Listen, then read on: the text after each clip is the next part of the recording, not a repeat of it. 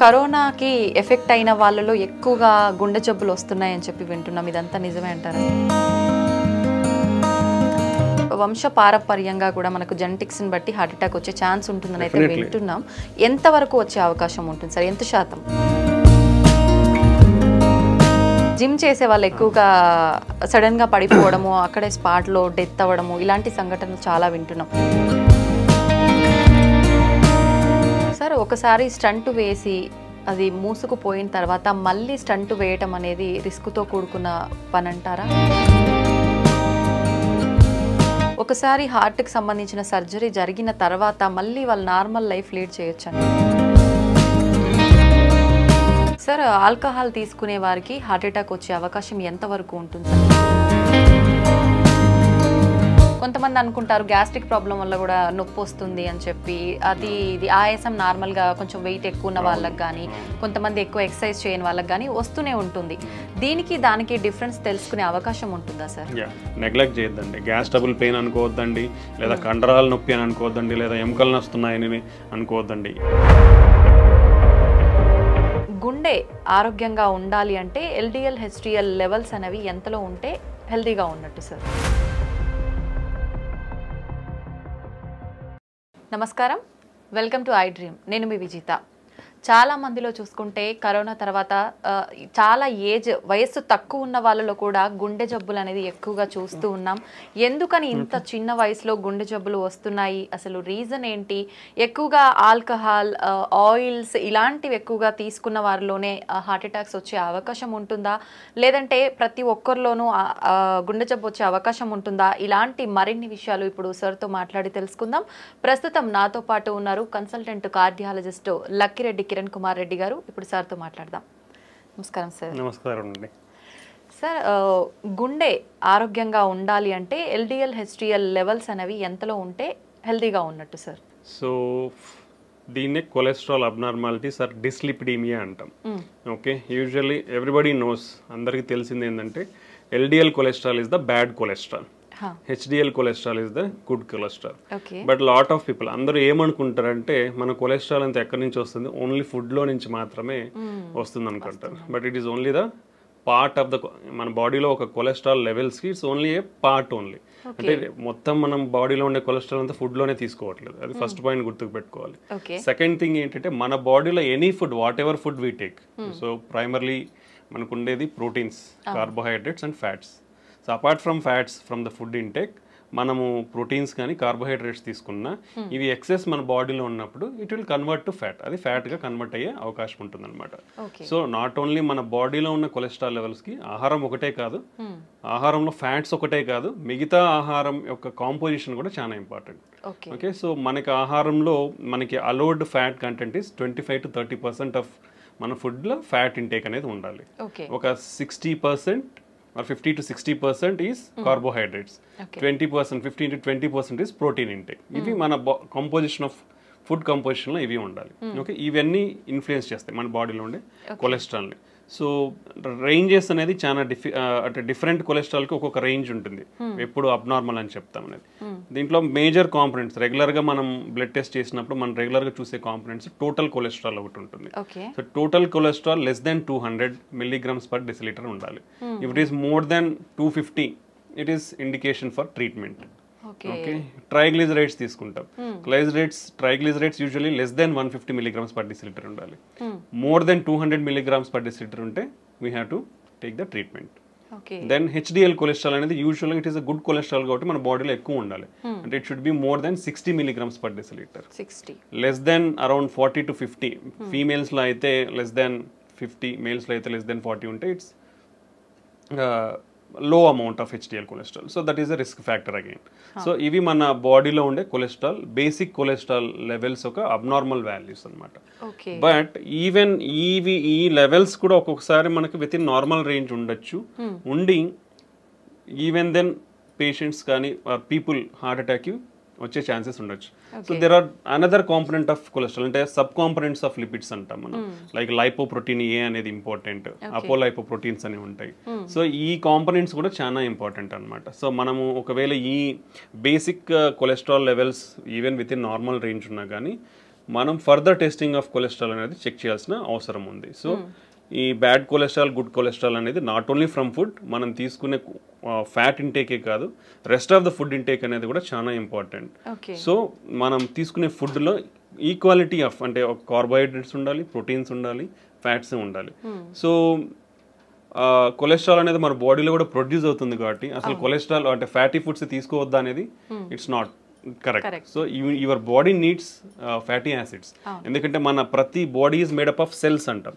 ప్రతి సెల్స్ లో కూడా we are having lipid components. So for integrity of our body we need fats, but it should be in a controlled manner, not in excessive manner అనమాట. So for suppose if you take oily foods, when you take deep fried foods, they are unhealthy. How much amount of oil you have to take? So oil is limitation around 4 teaspoons. 4 teaspoons per person. Okay. So that is the limitation of amount. Daily. So daily intake of this. So you should not take more than that. And second thing is then is what is the reusability of the oil? That is most important. You should not reuse it repeatedly. Fry చేసుకుంటాం అలానే పెడతాం మళ్ళీ reuse. So it should not be done. So ఇది ఒకటి. Third thing ఏంటంటే now all the మార్కెట్లో చాలా వరకు పార్షియలీ హైడ్రోజనేటెడ్ రిఫైన్డ్ ఆయిల్స్ అనేవి వస్తుంటాయి. Those are not healthy. So whatever it is cold pressed oils or organic oils ఉంటే those are better. So for fat intake. So these are the cholesterol abnormality levels to consider. Okay, ఎక్కువగా అంటే మనం తీసుకునే foods వల్ల కూడా heart attack వచ్చే chance ఉంటుంది కాబట్టి అటువంటి ఫుడ్స్ ఏంటి సార్ అసలు? బేసికల్లీ బేసికల్లీ ప్రతి ప్రాబ్లమ్కి whatever problem you take now it is it related to lifestyle. What is meant by lifestyle? 2 basic components of lifestyle is food and exercise. So in the food, healthy food. So what is healthy food? If you come to heart, what is heart healthy food? So usually ga manaki clinical studies and trials lo prove aina diets patterns anedi konni unnai. One of the important diet pattern is called Mediterranean diet pattern antam. So this is the Mediterranean anedi oka sea surrounding areas lo they follow this diet pattern. Vallalo heart problems ne chala takku unnai. So that is why it is recommended to safeguard your heart. Heart హెల్తీగా పెట్టుకోనికి that is usually the recommended diet. అంటే దీంట్లో ఏముంటాయి? So basically it's like a pyramid. ఈ pyramid లో base అనేది చాలా పెద్దగా ఉంటుందంటే లార్జ్ అమౌంట్ ఆఫ్ క్వాంటిటీ తీసుకోవాలి. Top of the pyramid small ఉంటుంది కాబట్టి అవి లో అమౌంట్ తీసుకోవాలి. So if you come to the base of the pyramid, first thing is exercise is compulsory in this diet pattern. That everybody has to follow. ఎటువంటి exercise చేయాల్సి ఉంటుంది sir? మనకి guide lines ప్రకారం, American guide lines ప్రకారం 150 minutes of moderate intensity exercise per week. అంటే daily 30 minutes for 5 days. moderate intensity exercise అంటే కొంచెం walk, brisk walk are mild cycling కానీ మైల్డ్ స్విమ్మింగ్ కానీ ఇలా చేస్తే that amount of exercise for 30 minutes per day is enough. లేదా high intensity exercises అంటాం, that is required only 75 minutes per week. అంటే 20 minutes for 3 days, like 60 to 75 minutes per week. That is enough. So that even with this minimum exercise you can stay healthy. Like what are the high intensity exercises? Like jogging and running, full length swimming, tennis adam, single person tennis adam. Ivanni kuda high intensity exercises. Along with that, for 3 days a week, a minimum time like 15 to 20 minutes of strengthening exercises. That also will have a positive impact on our heart health anamata. So these are the exercise recommendations for one person to follow. So if we follow avutu, then diet. The diet basically contains of whole grains and cereals. Ante pappu dinuslu avanni kuda refined. Ippudu manam rice teeskondi, wheat teeskondi, whatever the products available in the market, they are all refined. So refined foods anedi you should stop. Okaru ee refined foods anedi తినడం stop చేయాలి. Because these are having high glycemic index. High glycemic, so more absorption and immediately sugar levels will rise, hormonal imbalance, insulin imbalance, all this will happen. So you should keep away from this refined foods nunchi dooram undali. Whole grains like whole wheat, brown rice, unpolished rice, ilanti teeskoni, like millets, other grains, pappu dinuslu ivanni ekku ante minimum daily you should take around 3 servings per day. You have to take these things. Next comes fruits and vegetables. Fruits and vegetables are one of the important component. Vegetarian diet, plant-based diet is much healthier than animal-based diet. Okay. So daily you should take around 4 to 5 servings of fruits and vegetables. In India, if you come, hardly less than 50% of the population in India eat only one time a week. అంటే ఒక్కసారి మాత్రమే వారంలో fruits తీసుకుంటున్నారు మన భారతదేశంలో. You see how much gap is there. Okay, even vegetables కూడా like daily 4 to 5 servings of vegetables కూడా it is hardly 20 to 25% in all India. Okay, okay. So you see how much gap in the diet, healthy dietary patterns we are following. Okay, this is one of the important. Next thing is oils. Oils, limited amount. 1 teaspoon is equal to 5 grams. Okay. Okay, you should take around 4 to 5 teaspoons per person. That is the limitation amount. And reusable oils anedi undagudu. So among these oils, extra virgin olive oil is the better thing. And any plant-based oil is good. Plant-based oils lo kuda we have to go for like cold pressed oils. Better avoid refined oils అనేది avoid చేయాలి. దాంట్లో కూడా mono unsaturated or poly unsaturated fatty acids ఉన్న ఆయిల్స్ని prefer చేయాలి, like sunflower, soyabean oil, sesame oil. ఇవి they are good in mono or poly unsaturated fatty acids. Okay, then if you come to poultry or fish, non vegetarian. In non vegetarian usually the preferred is fish. Any oily fish or fish is the preferred non-vegetarian diet. Apart from that, poultry, chicken. Chicken doesn't have any harmful effects on the heart. So you can take a chicken. That also like 2 to 3 servings per week. Not more than that. Okay. Then if you come to dairy products, dairy also 1 or 2 times a day you can take dairy products. Then on the top, which is the minimal amount, like hardly once in a month, or even less than that, all the processed foods and the red meat.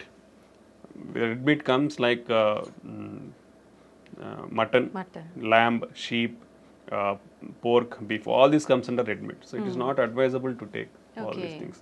And all sugar sweetened beverages like cool drinks, which is the very harmful. బయటికి పోతే చాలు cool drink తాగుతారు, అది అలవాటు అయిపోతుంది అందరికి. So అది avoid చేయాలి. బికాస్ అసలు అంటే హార్డ్లీ మంత్లో వన్స్ అని చెప్తున్నాం, ఇక్కడ అందరు చేసేది అంటే డైలీ 3 times తాగుతారు.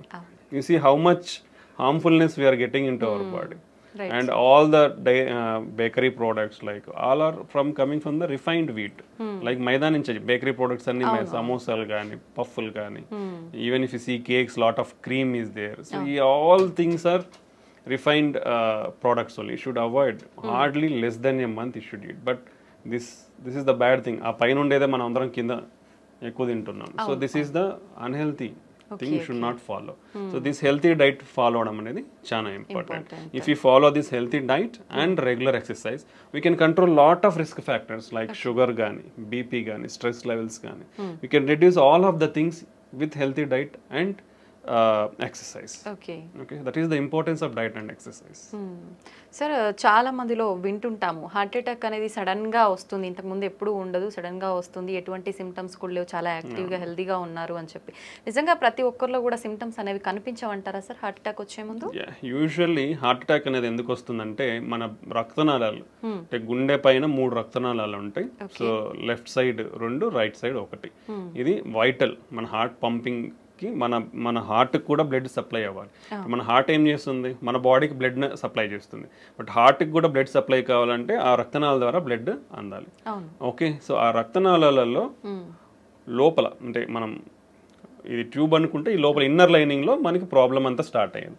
ఈ ఇన్నర్ లైనింగ్ లో ఫ్యాట్ అక్యుములేషన్ అనేది depends on various reasons, like genetic factors అవ్వచ్చు, మనం ఇప్పుడు డిస్కస్ చేసిన risk factors like BP, sugar, cholesterol, unhealthy life style, lack of physical activity. ఈ అన్నిటి వల్ల ఏమవుతుందంటే యూజువల్లీ ద జనరల్ ప్రాసెస్ కూడా మనకున్న జెనెటిక్స్ ప్రకారం what are the basic physiology, మనకు ఒక ప్రాసెస్ అంటే ఒక మనిషి పుట్టిన తర్వాత ఒక ప్రాసెస్ ఏంటంటే కొలెస్ట్రాల్ అక్యుములేషన్ అనేది, అంటే కొవ్వు అనేది పేరుకుపోవడం 10 to 20 years నుంచే స్టార్ట్ అయిపోతుందండి అందరిలోనూ, ప్రతి ఒక్కరిలో. Okay, that is common for all. Okay, అది స్టార్ట్ అవుతుంది around from 20 years it will start. అది ఫర్దర్గా ఎలా హార్ట్ అటాక్ దారి తీస్తుంది అనేది it depends on all these risk factors we discussed. Okay, that's the main thing. So దీంట్లో 2 రకాలు అనమాట. ఈ కొవ్వు అనేది నిదానంగా మన లెవెల్స్ని బట్టి పేరుకుపోతూ వస్తుంటుంది. సో 10% ఉండొచ్చు, 20%, 50%, 70%. If it is more then 70% block ఉంటే మనకి గుండెకి అనేది రక్తం అనేది సరిగా అందక మన హార్ట్ అనేది స్ట్రెస్కు గురి అవుతుంది. ఓకే, ఇది ఒక మెథడాలజీ. సో అలా స్ట్రెస్కు గురైనప్పుడు ఏమవుతుంది, ఇప్పుడు నేను నడుచుకుంటూ పోతున్నాను ఫాస్ట్గా, నాకు ఎక్సర్సైజ్ ఉన్నప్పుడు మన బాడీకి స్ట్రెస్ గురైనప్పుడు ఏమవుతుందంటే మనకు పంపింగ్ ఎక్కువ కావాలి. పంపింగ్ ఎక్కువ కావాలంటే హార్ట్కి బ్లడ్ అనేది ఎక్కువ అందాలి. ఎప్పుడైతే ఈ బ్లాక్ ఉంటుందో, లైక్ ఇప్పుడు ఇలా ఉంది, ఒక ట్యూబ్ ఉంది అనుకోండి, వాటర్ ఫ్లో అవుతుంది, ఇప్పుడు కంప్లీట్ గా నార్మల్ గా ఉన్నప్పుడు ఫాస్ట్ గా ఫ్లో అవుతుంది. అదే నువ్వు హాఫ్ బ్లాక్ అయిపోయింది అనుకోండి, స్లో వస్తుంది. లైక్ ద సేమ్ వే మన హార్ట్ గుండె రక్తనాళాల్లో కూడా ఈ బ్లడ్ అనేది ఈ బ్లడ్ వెజల్ అనేది మూసుకుపోయింది అనుకోండి 70%, బ్లడ్ సప్లై అనేది తగ్గిపోతుంది. తగ్గిపోయినప్పుడు హార్ట్ పంపింగ్ అనేది తగ్గుతుంది. అప్పుడు మనకు సిమ్టమ్స్ లైక్ నడిచినప్పుడు కానీ, ఏదైనా పని చేసినప్పుడు కానీ, స్ట్రెస్లో ఉన్నప్పుడు ఆయాసం రావడము, ఛాతీ నొప్పి రావడము, కళ్ళు తిరగడము, వీక్నెస్ లాగా ఉండడము, ఇలా మేనిఫెస్ట్ అవుతుంది కొందరిలో. ఇది అంటే మేజర్ హార్ట్ అటాక్ రాకముందు, సడన్ హార్ట్ అటాక్ రాకముందు ఇలాంటి సిమ్టమ్స్ ఫేస్ అయ్యే ఛాన్స్ ఉంటుంది. బట్ చాలా మంది ఏం చేస్తారంటే ఇవి ఏజ్ తో రిలేటెడ్ అలా వచ్చినాయి అనుకోవడమో, లేదంటే నేను పని చేసినాను కాబట్టి పని చేస్తే ఇలా ఉంటాయి అనుకోవడం అనేది నెగ్లెక్ట్ చేస్తారు. సో ఆ నెగ్లిజెన్స్ వల్ల వీళ్ళు రికగ్నైజ్ చేయకపోవడం వల్ల సడన్ గా హార్ట్ అటాక్ కి గురవుతారు. బట్ ఇది ఒక కాంపోనెంట్ అయితే, ఇప్పుడు మనం 70% అయితే మనకు సిమ్టమ్స్ తెలుస్తాయి. But even sudden heart attacks అనేది ఈ మెకానిజం వేరు. ఈ సడన్ హార్ట్ అటాక్ లో ఏమవుతుందంటే, ఫర్ సపోజ్ 20% బ్లాకే ఉంది మనకి, 20% బ్లడ్ ఫ్లో బాగానే ఉంటుంది. బట్ ఈ అన్కంట్రోల్ షుగర్ కానీ, బీపీ ఎక్కువైనప్పుడు కానీ, లేదా స్ట్రెస్ గురైనప్పుడు కానీ, ఇలా ఏమవుతుందంటే ఈ పొర ఉంటుంది, ఏది కొలెస్ట్రాల్ పెరిగిపోయిన దాని మీద పొర, అది సడన్ గా రప్చర్ అయిపోతుంది, బర్స్ట్ అయిపోతుంది. బర్స్ట్ అయినప్పుడు ఈ లోపల ఉండేటివి బ్లడ్లో ఎక్స్పోజ్ అవడం వల్ల మన బ్లడ్లో ఉండే ప్లేట్లెట్స్ కోయాగులేషన్ ఫ్యాక్టర్స్, అంటే బ్లడ్ క్లాటింగ్ ఫ్యాక్టర్స్ అంటాం, ప్లేట్లెట్స్, అవి సడన్గా వచ్చేసి అక్కడ అన్ని చేరుకుపోతాయి. చేరుకుపోయినట్టు ఇమీడియట్గా బ్లడ్ వెజల్ అనేది బ్లాక్ అవుతుంది. ఇమీడియట్గా బ్లాక్ అయినప్పుడు సడన్ హార్ట్ అటాక్ వస్తుంది అనమాట. ఇది సడన్ హార్ట్ అటాక్ రానికి ముఖ్య కారణం. ఓకే, సో దానికి మనము ప్రియంటివ్గా మనకున్న రిస్క్ ఫ్యాక్టర్స్ని చెక్ చేసుకోవడం, రెగ్యులర్గా ఉన్న వాటిని కంట్రోల్లో పెట్టుకోవడం, హెల్తీ లైఫ్ స్టైల్ ఫాలో అవడం వల్ల ఇవన్నీ తగ్గించుకునే ఛాన్స్ ఉంటుంది. But we can't completely prevent, we can reduce the chances, but we can't completely prevent. Okay, ఇది mechanism of heart attack. So ప్రీవియస్గా ఏ సిమ్టమ్స్ లేని వాళ్ళు కూడా ఈ 20% ప్లాక్స్ అనేది సడన్ గా బర్స్ట్ అయినప్పుడు సడన్ హార్ట్ అటాక్ వచ్చే అవకాశం ఉంటుంది అనమాట. ఓకే, ఇది అక్యూట్ హార్ట్ అటాక్ అంటాం. మనం ఫస్ట్ ప్రీవియస్గా స్లోగా నడిచేటప్పుడు వచ్చేదాన్ని chronic coronary syndromes, chronic heart attack లాగా చెప్పొచ్చు అనమాట. ఇది మనకు హార్ట్ అటాక్ వచ్చే విధానం. ఓకే సార్, ఇందాక మీరు కూడా చెప్పారు చాలా మంది నెగ్లెక్ట్ చేస్తారు ఇలాంటి సిమ్టమ్స్ ఉన్నప్పుడు అని. కొంతమంది అనుకుంటారు గ్యాస్ట్రిక్ ప్రాబ్లం వల్ల కూడా నొప్పి వస్తుంది అని చెప్పి, అది ఇది ఆయాసం నార్మల్ గా కొంచెం వెయిట్ ఎక్కువ ఉన్న వాళ్ళకి కానీ, కొంతమంది ఎక్కువ ఎక్సర్సైజ్ చేయని వాళ్ళకి కానీ వస్తూనే ఉంటుంది. దీనికి దానికి డిఫరెన్స్ తెలుసుకునే అవకాశం ఉంటుందా సార్? ఇప్పుడు యూజువల్ గా హార్ట్ అటాక్ లో వచ్చే పెయిన్ ఏంటంటే, మనం ఛాతీ చాలా బరువు ఉంటుంది అనమాట. అంటే ఒక 100 kgs వెయిట్ పెట్టినట్లు ఉంటుంది మన ఛాతీ మీద, ప్రెషర్ ఫీల్ అవుతాం. ఓకే, నొప్పి కాదు, basically it's like discomfort. Heavy బరువు పెట్టేస్తే ఏమవుతుంది, ఊపిరి ఆడకుండా అవుతుంది. సో ఆ బరువుతో పాటే మనకి ఈ ఊపిరి ఆడకుండా ఉండే సెన్సేషన్ తెలుస్తుంది అనమాట.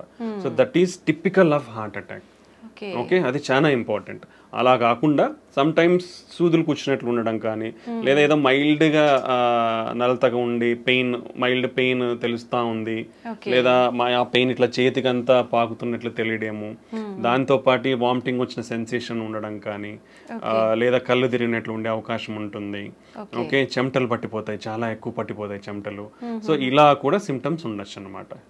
Okay, so but gastric pain ఎలా ఉంటుంది యూజువల్గా ఏంటంటే, మనకి కొంచెం ఈ పొత్తి కడుపులో మంటగా ఉంటుంది, మంటగా ఉండి ఆ పైకి గ్యాస్ట్రిక్ రిఫ్లక్స్ అంటాం, యాసిడ్ కాబట్టి ఆ రిఫ్లెక్స్ కూడా ఇక్కడ నుంచి ఇక్కడ వరకు కూడా మనకు బర్నింగ్ ఉంటుంది గొంతు వరకు. యూజువల్గా గ్యాస్ట్రిక్ పెయిన్ అలా ఉంటుంది అనమాట. But any type of pain, అంటే మనం డిస్క్రైబ్ చేసుకున్న పెయినే హార్ట్ అటాక్ ఉండాల్సిన అయితే ఉండదు, అది టిపికల్. అలా ఉంటే కంపల్సరీ హార్ట్ అటాక్. బట్ అలా కాకుండా కూర్చున్నట్లున్న పెయిన్గా ఉన్న అది కూడా హార్ట్ అటాక్ అయి ఉండొచ్చు.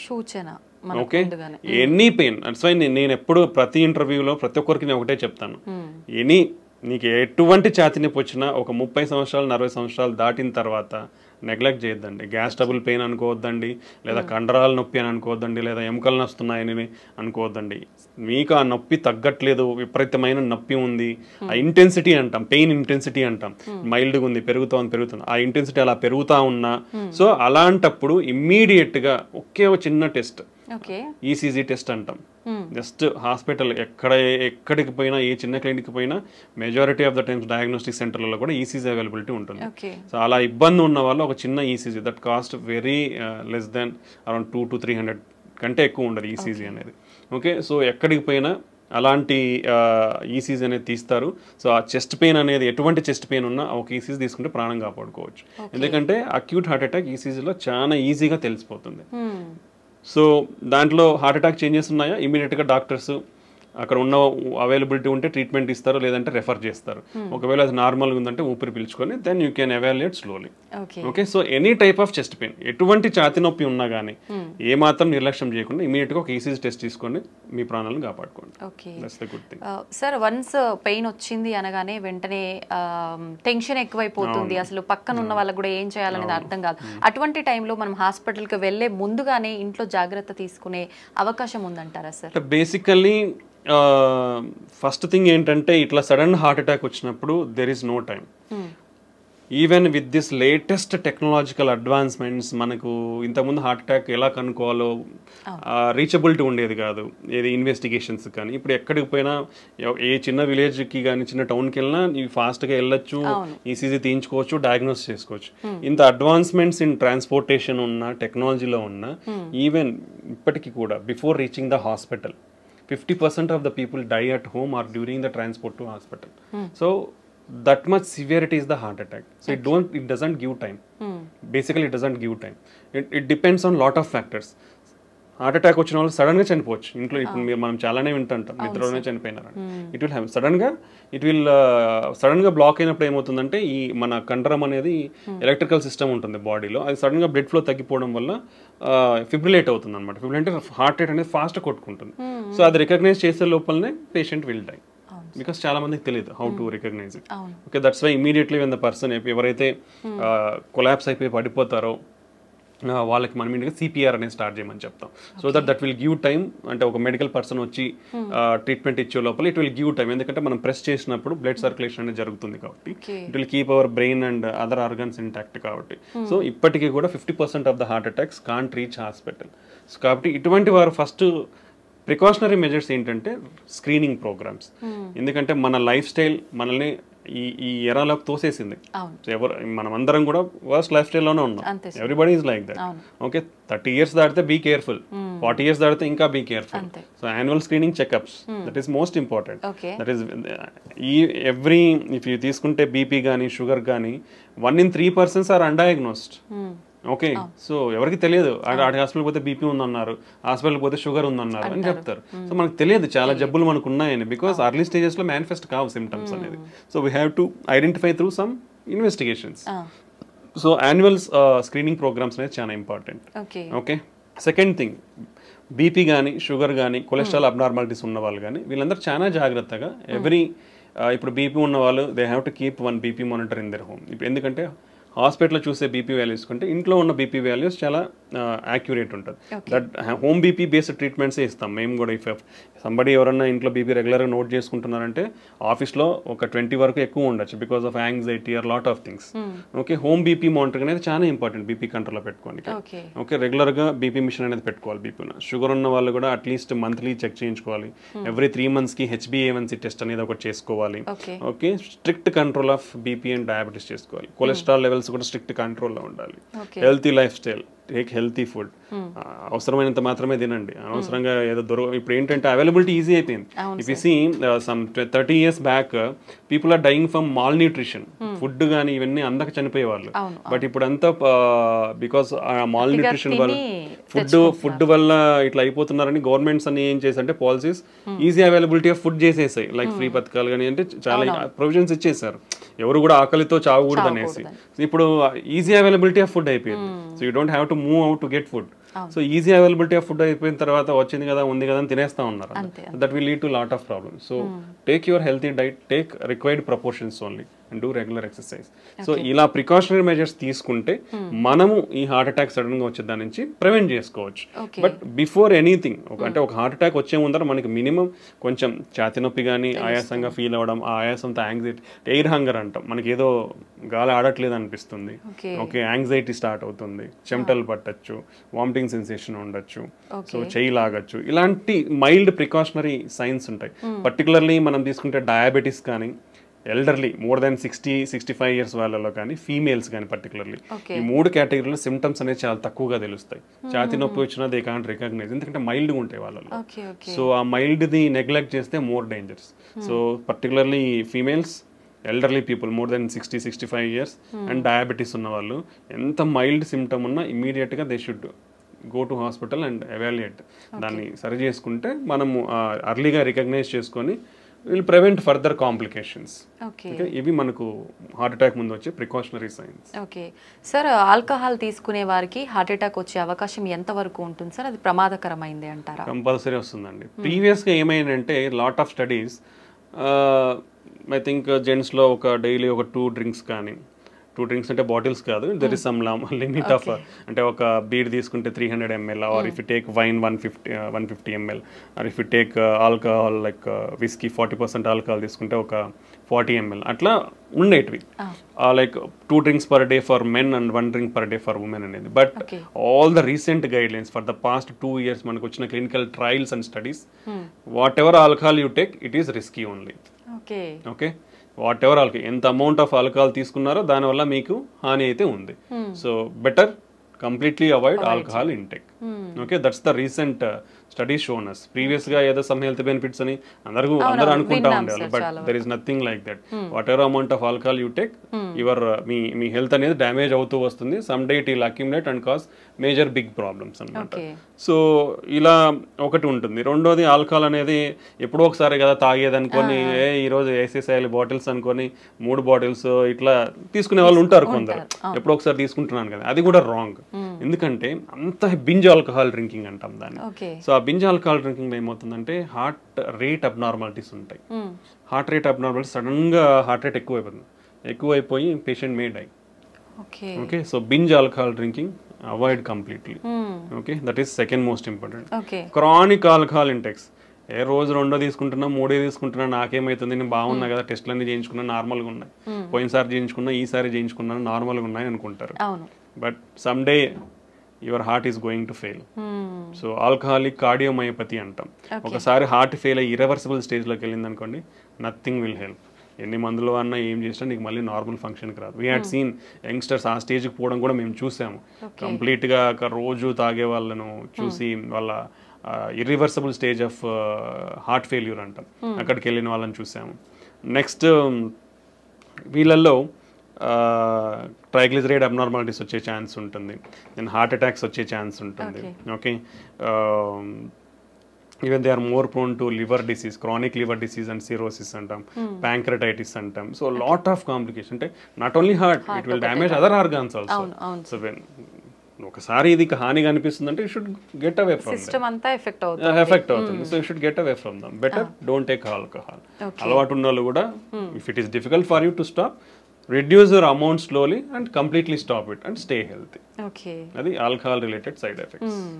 సార్, ప్రతి ఒక్కరం కూడా వింటూనే ఉంటాం ఆల్కహాల్ కానీ స్మోకింగ్ కానీ 2 కూడా ప్రమాదకరమని. ఇప్పుడు మీరు కూడా చెప్పారు ఆల్కహాల్ తీసుకుంటే ఎటువంటి ప్రమాదం, మరి స్మోకింగ్ తీసుకునే వాళ్ళు ఎటువంటి ప్రమాదాలు ఉంటాయి, ప్రత్యేకించి హార్ట్కి సంబంధించి ఎలాంటి హాని జరుగుతుంది? Smoking is the deadliest risk factor అండి. 2 పెద్ద అనారోగ్యాన్ని చేయగలిగే జబ్బులు ఏంటంటే, ఒకటి షుగర్, రెండోది స్మోకింగ్. ఈ 2 చాలా డేంజరస్. అంటే బాడీలో ప్రతిదీ అఫెక్ట్ అయిపోతుంది. ఈ 2 వల్ల ప్రతి ఆర్గన్ బాడీలో అఫెక్ట్ అయిపోతుంది. స్మోకింగ్ అనేది మన బ్లడ్ వెజల్స్లో ప్రతి బ్లడ్ వెజల్ని కొవ్వు పెరిగిపోయి చేసే ఛాన్స్ ఇస్తుంది, ఇన్ఫ్లమేషన్ ఉంటుంది, బ్లడ్ క్లాటింగ్ రిస్క్ పెరుగుతుంది. సో ఒక బ్లడ్ వెజల్ అనేది మన బాడీ మొత్తం బ్లడ్ వెజల్స్ ఉంటాయి. సో ఎక్కడైనా ఇవి అఫెక్ట్ అవ్వచ్చు. సో ఒక ఆర్గాన్, ఏ ఆర్గాన్ బ్లడ్ వెజల్ అఫెక్ట్ అయితే ఆర్గాన్ ఫెయిల్ అయిపోతుంది. And particularly smoking will cause every type of cancer. మనకు తెలిసిందే, oral cancer, okay, lung cancer, oesophageal cancer, pancreatic cancer, colon cancer, అన్నీ వస్తాయి స్మోకింగ్తో. Okay, and heart definitely smoking heart అటాక్స్కి one of the biggest cause. స్మోకింగ్ వల్ల ప్రపంచంలో సంవత్సరానికి 1 బిలియన్ పీపుల్ ఆర్ డయింగ్. ఇండియాలో 1 million people are dying because of smoking. Almost 30% of the Indians are smokers. Okay, ఇది మన statistics. So that much serious side effects ఉన్నప్పుడు you should completely stop it. Usually governments కూడా they are not able to ban because of I don't know lot of reasons, but they are bringing lot of strict regulatory measures. Every pack మీద completely avoid smoking అనేది definitely ఉంటుంది. Everywhere they display, even in public places like theaters, they are displaying stop smoking and they are showing the consequences of చూపిస్తున్నారు. Brain stroke, cancers, heart attacks, emphysema, lung problems, ఆయాసం రావడము. So what not every organ is getting affected. So completely stop smoking. It is dangerous. Smoking అంటే మనం smoking చేయడమే కదండి, మీరు ఇప్పుడు నీ చుట్టుపక్కల వాళ్ళు కూడా అఫెక్ట్ అవుతారు. ఇఫ్ సంబడీ స్మోకింగ్, చుట్టుపక్కల వాళ్ళు ఒక 10 మంది ఉంటే వాళ్ళు 10 మంది కూడా అఫెక్ట్ అవుతారు. That is called as second hand smoke అంటాం. సార్ స్మోక్ చేసిన వాళ్ళకంటే ఎక్కువ పక్క వాళ్ళకే ఎక్కువ ఎఫెక్ట్ అయ్యే ఎక్కువ అనేది లేదు, కానీ ఎక్కువ అని చెప్పలేము. స్మోక్ చేసే వాళ్ళు ఎంత ఎఫెక్ట్ అవుతారో సెకండ్ హ్యాండ్ స్మోక్ అంటే పక్కన దాక్కుండా పీల్చుకునే వాళ్ళు కూడా అఫెక్ట్ అవుతారు. So it can be seen in both females లో, కానీ మనము పెద్దవాళ్ళలో అయితే వాళ్ళకి గుండె జబ్బులు రావచ్చు, బ్రెయిన్ స్ట్రోక్ రావచ్చు, ఊపిరితిత్తుల ప్రాబ్లమ్స్ ఇవన్నీ వచ్చు. చిన్నపిల్లల్లో కూడా వాళ్ళకి ఊపిరితిత్తుల ప్రాబ్లమ్స్, రికరెంట్ రెస్పిరేటరీ ట్రాక్ట్ ఊపిరితిత్తుల infections, or upper respiratory tract infections, low birth weight, ఇలా చాలా కారణాలు ఉండే అవకాశం. సో ఒక ఫ్యామిలీలో మీరు ఇంట్లోనే తాగుతున్నారంటే మీ వైఫ్ అఫెక్ట్ అవుతుంది, మీ పిల్లలు ఇబ్బంది అవుతారు. ఓకే, ఆల్వేస్ రిమెంబర్, ఒక సిగరెట్ తాగే మనిషి నేనేదో తాగుతున్నా నా ఆరోగ్యం పాడైపోతుంది అని అయితే ఎప్పటికీ అనుకోవద్దండి. మీ ఆరోగ్యం కూడా ఆరోగ్యమే కాబట్టి స్టాప్ చేయండి. మీ ఆరోగ్యంతో పాటు మీరు స్మోక్ చేయడం వల్ల పక్కన వాళ్ళ ఆరోగ్యాన్ని కూడా నాశనం చేస్తున్నారు. సో పక్కన వాళ్ళు కూడా కొంచెం ఇనిషియేటివ్ తీసుకొని అలా ఎవరైనా చేసినప్పుడు వాళ్ళకి చెప్తే వాళ్ళు అట్లీస్ట్ పోయి పక్కకు పోయినా తాగేస్తారు, లేదంటే మానేయమన్నా మానేస్తారు అప్పుడు. Okay, so and you should encourage smokers. ఎవరైతే సిగరెట్స్ తాగుతున్నారో వాళ్ళకి ఇవన్నీ చెప్పి వాళ్ళని ఎంకరేజ్ చేయాలి to quit smoking. Because smoking అనేది స్టాప్ చేసిన తర్వాత హార్ట్ అటాక్ రిస్క్ తగ్గనికి 10 సంవత్సరాలు పడుతుందండి. ఒక మనిషి ఇప్పుడు స్మోకింగ్ స్టాప్ చేసినా కానీ అతనికి హార్ట్ అటాక్ రిస్క్ తగ్గనికి, అంటే హీ స్మోకింగ్ మానేసినాక కూడా 10 years వరకు అతనికి హార్ట్ అటాక్ రిస్క్ చాలా ఎక్కువ ఉంటుంది. Okay, that is the impact of smoking. మానేసాకే అన్ని ఇయర్స్ ఉంటే కంటిన్యూ ఉన్నప్పుడు ఎంత సిగ్నిఫికెంట్ ఉంటుందో ఆలోచించాలి అందరూ కూడా. Okay, that is most important. So next ఏమొస్తాయంటే మనకు సెకండ్ హ్యాండ్ స్మోక్ కాకుండా called as e-cigarettes అంటారు. Those are also dangerous. Okay. Smoking related anything like e-cigarettes, దాంట్లో నికోటిన్ ఉండదు. But still lot of studies, even in US studies also showed, even if somebody advertise that non-nicotine cigarettes ఉన్నా కానీ దాంట్లో కూడా nicotine ఉంటుంది. Nicotine లేకపోయినా lot of damaging products like metallic, tin, lead, mercury లాంటి చాలా కాంపౌండ్స్, డేంజరస్ కాంపౌండ్స్ ఉంటున్నాయి. So even everything, hookahs is also dangerous. E-cigarettes, hookahs, everything is dangerous. So completely avoid all those products and stay healthy. Okay sir, చాలా మంది pan, gutka ఇలాంటివి ఎక్కువగా తీసుకుంటూనే ఉంటారు non stop గా, ఎక్కడ పడితే అక్కడ ఉమ్మేస్తూ ఉంటారు. అలాంటి వాళ్ళకి కూడా గుండె జబ్బులు వచ్చే అవకాశం ఉంటుంది. డెఫినెట్లీ వస్తాయండి. పాన్, గుట్కా అనేది కూడా ఏముంది, పొగాకే కదా. పొగాకు పీల్చినా నమిలినా అంతా లోపలికే పోతుంది, బ్లడ్ లోకే అబ్జర్వ్ అవుతుంది. ఆ కెమికల్స్ అన్ని బ్లడ్ లోకే పోతాయి. ఫైనల్ గా బ్లడ్ లోకి వెళ్ళిన తర్వాత ప్రతి ఆర్గాన్ని ఎఫెక్ట్ చేస్తాయి.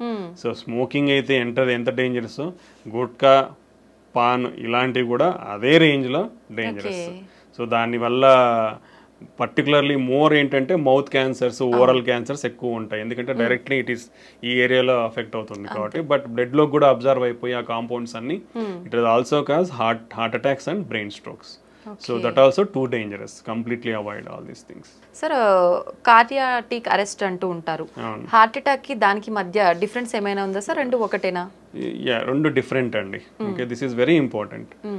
హార్ట్ అటాక్ అంటే మనం ఆల్రెడీ మాట్లాడుకున్నాం. అంటే మన గుండె రక్తనాళాలలో బ్లాక్స్ వస్తే ఆ బ్లాక్ వల్ల బ్లడ్ సప్లై సడన్ గా ఆగిపోయి హార్ట్ మజిల్ అనేది సడన్ గా వీక్ అవుతుంది. దాన్ని హార్ట్ అటాక్ అంటాం. ఓకే, కార్డియాక్ అరెస్ట్ అంటే గుండె కొట్టుకునేది సడన్ గా ఆగిపోవడం. అంటే ఇప్పుడు హార్ట్ అటాక్ వచ్చినప్పుడు గుండె కొట్టుకుంటుంది, అవును. But some part of the ఏ పార్ట్కి బ్లడ్ వెజల్ అఫెక్ట్ అయ్యి బ్లడ్ సప్లై తగ్గిందో ఆ పార్ట్ అనేది పనిచేయదు, రెస్ట్ ఆఫ్ ద గుండె కొట్టుకుంటుంది. ఓకే. బట్ హార్ట్ అటాక్ లో కూడా ఇలా జరగడం వల్ల సడన్ గా గుండె ఆగిపోయే ప్రమాదం అనేది ఉంటుంది. బట్ సడన్ కార్డియాక్ అరెస్ట్ అంటే సడన్ గా there are lot of reasons. Sudden గా గుండె ఆగిపోవడానికి చాలా కారణాలు ఉంటాయి. సడన్ గా గుండె అనేది కొట్టుకోవడం ఆగిపోతుంది, సో దాన్ని సడన్ కార్డియాక్ అరెస్ట్ అంటాం. So one of the reasons heart attack ఒకటి కారణము. దెన్ ఎలక్ట్రికల్ అబ్నార్మాలిటీస్ అంటాం, అరిథ్మియాస్ అంటాం, హై హార్ట్ రేట్ అబ్నార్మాలిటీస్. అలా హై హార్ట్ రేట్ ఉన్నప్పుడు గుండె ఇప్పుడు నార్మల్గా మన గుండె 60 నుంచి 90 వరకు ఇలా కొట్టుకుంటుంది. ఓకే, ఇప్పుడు సడన్గా 200-250 నిమిషాన్ని కొట్టుకుంది అనుకోండి, మీకు కదులుతున్నట్టు తెలుస్తుందా? జస్ట్ ఫింగర్స్ మూమెంట్స్ తెలుస్తున్నాయి, బట్ ఇలా కొట్టుకుంటేనే కదా బ్లడ్ అంది. ఇలా కొట్టుకున్నప్పుడు ఏమవుతుంది? బ్లడ్ అందదు. So it looks like heart has been stopped, so cardiac arrest. Okay, then infections, cardiomyopathies అంటాం. సో జెనెటిక్ ఉంటాయి చాలా కూడా కొన్ని. Okay, like hypertrophic cardiomyopathy, arrhythmic cardiomyopathies ఉంటాయి. కొన్ని ఛానలోపతీస్ అంటాం, అంటే మన బేసిక్ మాలిక్యులర్ లెవెల్లో కొన్ని ఛానల్స్ ఉంటాయి మన ఫంక్షన్స్ కానీ. So long QT syndrome, short QT syndrome, Brugada syndrome, ఇట్లా లాట్ ఆఫ్ థింగ్స్ ఉంటాయి అన్నమాట. Even like drug abuse will cause sudden heart attacks. Okay. Sudden cardiac arrest. Excessive alcohol cause sudden cardiac arrest. So ఇలా చాలా కారణాలు ఉంటాయి sudden cardiac arrest కావడానికి. So heart attack అనేది blood supply తగ్గిపోవడం వల్ల వచ్చేదాన్ని హార్ట్ అటాక్ అంటాం. కార్డియాక్ అరెస్ట్ అనేది సడన్ గా గుండె ఆగిపోతుంది అంతే. ఆ గుండె ఆగిపోయినప్పుడు ఎవరైనా చేయగలిగేదంటే సిపిఆర్ చేయాలి. అది ప్రతి ఒక్కరూ నేర్చుకోవాలి. ఎందుకంటే సంబడి మీకు ఆ సిపిఆర్ అనేది తెలిస్తే అట్లీస్ట్ మీరు మనం అంటే throughout your life span you can save one life. అది కంపల్సరీ ఎవ్రీబడి, అంటే చదువులేని వాళ్ళు కూడా నేర్చుకోవచ్చు. అది it's not a big science కానీ నాలెడ్జ్ కానీ ఏం లేదు. అదేంటి just need a simple training. Everybody ఆ ట్రైనింగ్ ని కూడా తీసుకోవచ్చు. Lot of online programs, hospitals are offering CPR programmes.